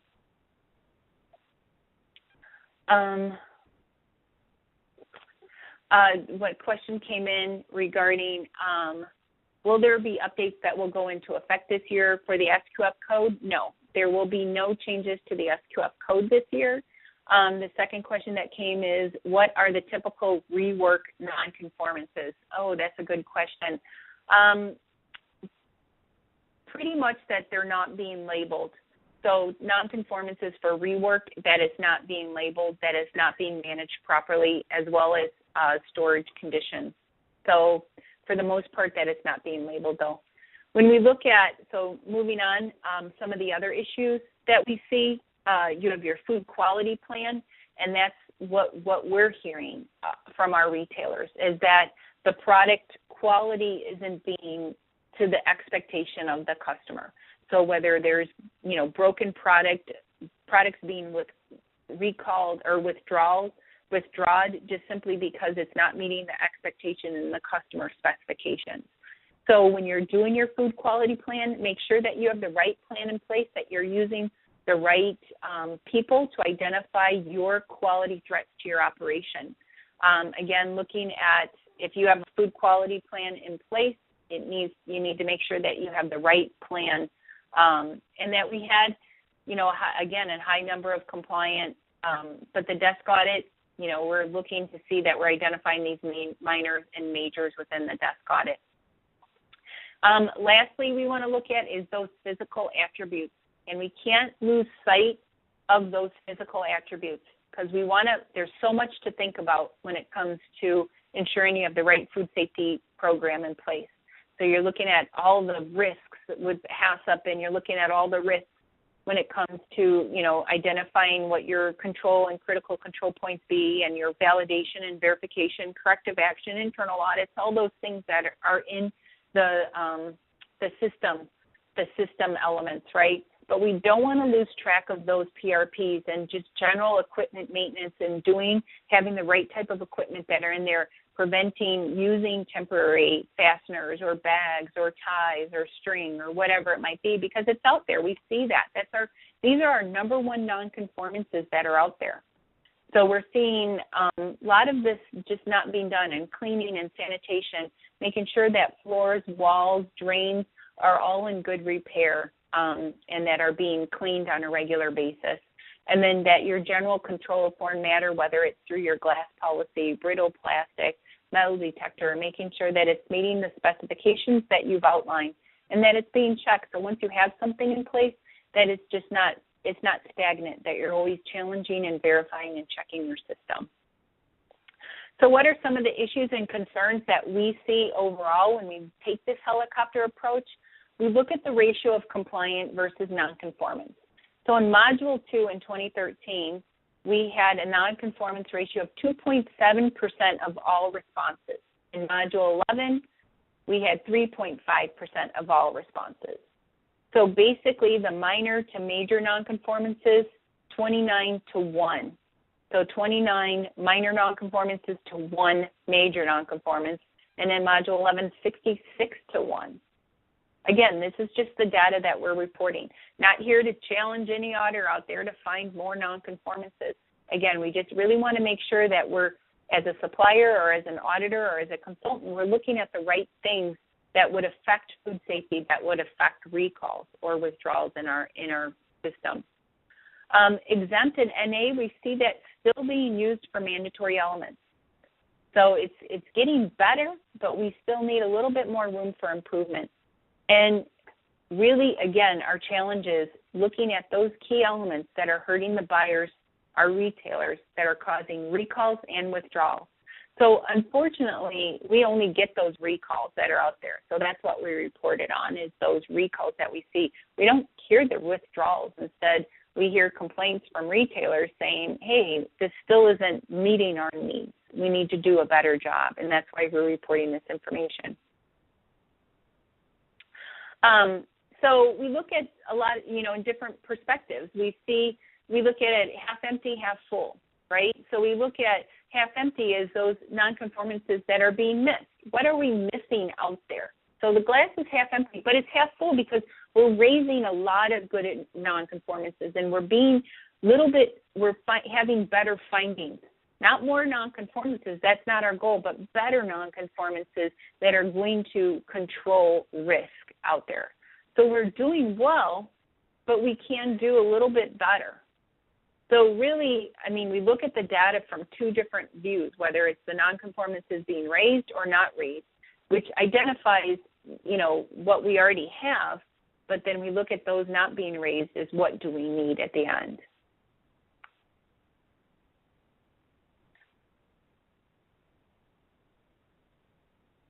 So I just want to kind of go through some of the upcoming events that concludes the recall top nonconformances presentation, but I do want to just go through some of the upcoming events that we have at SQF just to kind of keep you up to date. Our international conference, our SQF auditor course, and our packaging course, and some of our upcoming learning lunches that we're having. All of these are on our website, sqfi.com, under the events tab, or you can just go sqfi.com/events. So save the date. We've already booked a hotel. November 3rd through the 5th is in Indianapolis, Indiana. That's where our international conference is at. It's at the JW in Indianapolis. So we will be, here's our website. Our website is sqfconference.com. It will be live on March 2nd. So The conference committee has already met. On the website is where a list of the pre-conference workshops that will be available. I know the SQF Advanced Practitioner will be available. We will have validation and verification. We're going to have one on recall management. We're going to have one on establishing training programs. So we have a lot of good pre-conference workshops established. We also are having our call for session topics. So if you have an idea that you want to speak and share at the SQF conference, this is the avenue to do it. So go to our website, sqfconference.com, on March 2nd, and it also has a schedule of events when the conference will be. One of our key topics, of course, because the preventative FSMA will be established October 2nd, so this is a great opportunity for you all, is that come November, we will be having a pre-conference workshop. I don't know if it's a pre-conference or whatever we're calling it, but a 2-hour workshop on and getting up to speed with the preventative controls rule and FSMA. So that is going to be conducted, and we will be doing that with Dr. Atchison with the TAG group. So a lot of emphasis on FSMA. We'll have a pre-conference workshop, so visit our website. And if you haven't been to one of our conferences, I say you check it out. It's got a lot of good professional growth as well as technical sessions, and it's a great way to see all your peers and meet with them. Our learning lunches, so hopefully you enjoyed the 2 learning lunches that we had today. This was a kickoff to our learning lunch series. If you go on our website, you can see what some of our learning lunches are. Our next learning lunch is next month, March 25th. Our practical approach to root cause analysis and methods. We kind of shape the learning lunches so that you can build on establishing your food safety objectives and identifying where areas you need to work on. So feel free to go to our website. So you can look at our website, sqfi.com/events, and you can also view the previous webinars, some of them about internal audits or sanitation or level 2 to level 3. So check out our learning lunches. Here's an idea of what we've got coming down the pipeline. We're looking at environmental monitoring programs, establishing them, improving your company culture, quality programs, those kinds of things. And then in September, what we're going to have is an SQF conference overview, what to expect at the SQF conference. So again, visit our website, sqfi.com/events. Our professional updates are scheduled. There are quarterly events for any food safety, SQF food safety professional. Our next one is in April. Again, these are all on our website. And our lead auditor course dates, if you're interested in becoming an auditor, we welcome you to join us. Our March one is all sold out, so if you're really interested, make sure you start signing up for the August one, the 24th through the 28th, or in December 7th through 11th. If you're not in the United States, we do have two in Sydney scheduled, one in April, one in October, and then one in Tokyo, Japan. So again, all on our website, sqfi.com. And then also, if you are interested in becoming a packaging auditor, if you just want to know more about the SQF packaging, it's a 3-day instructor-led course, April 7th through the 9th. It's in Lisle, Illinois.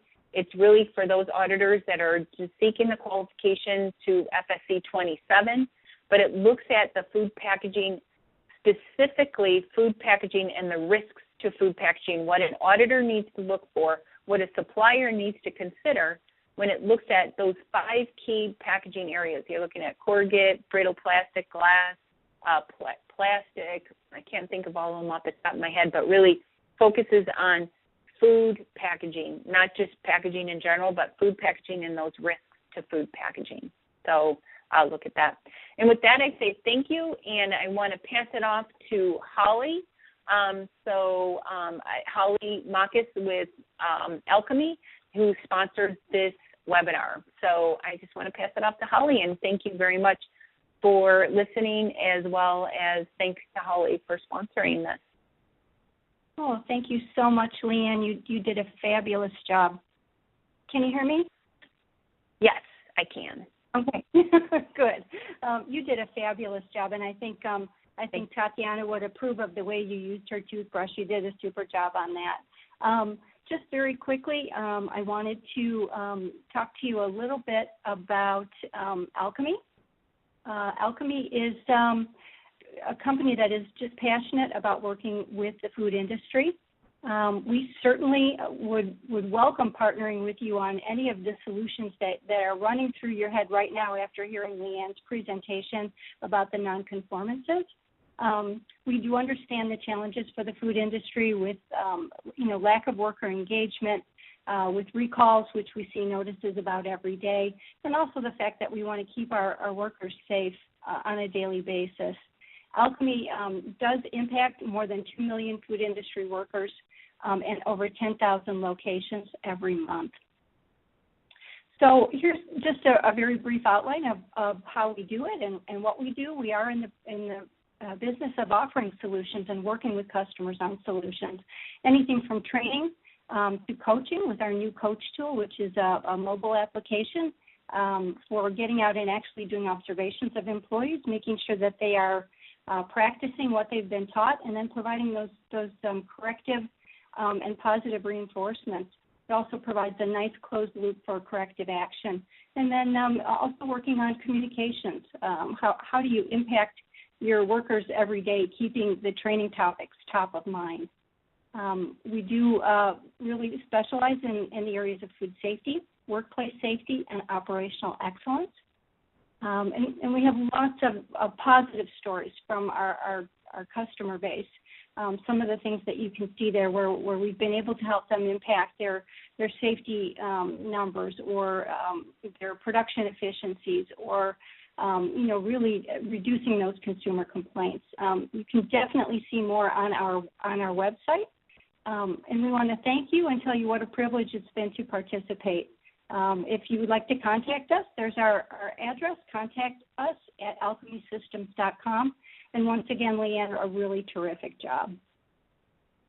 Thanks, Holly. Thank you so much, and thanks to Alchemy for all their support. They're actually our online training provider. So Alchemy hosts our implementing program. So they do a great job for us, and they're working on developing our online quality program. So stay tuned for that. And we're working on some short programs with Alchemy, some online training, so some short snippets on specific key areas that we see. So that should all be done by, hopefully by soon, within by the end of the year for sure. So Alchemy has been one of our really a great training partner for us, and they do a great job. So thank you very much for your support for the Learning Lunch program and your support for SQF. If anybody has any questions, feel free to just email us. info@sqfi.com is a great way to get the information if you can't remember my name and email address. So info@sqfi.com. And with that, that's the conclusion of our Learning Lunch for today. Hope to see you back next month on March 25th for our next Learning Lunch. Make sure you visit our website, sqfi.com/events, to register for our next Learning Lunch. With that, I wish you all the best, and I hope you have a wonderful day. Thank you so much.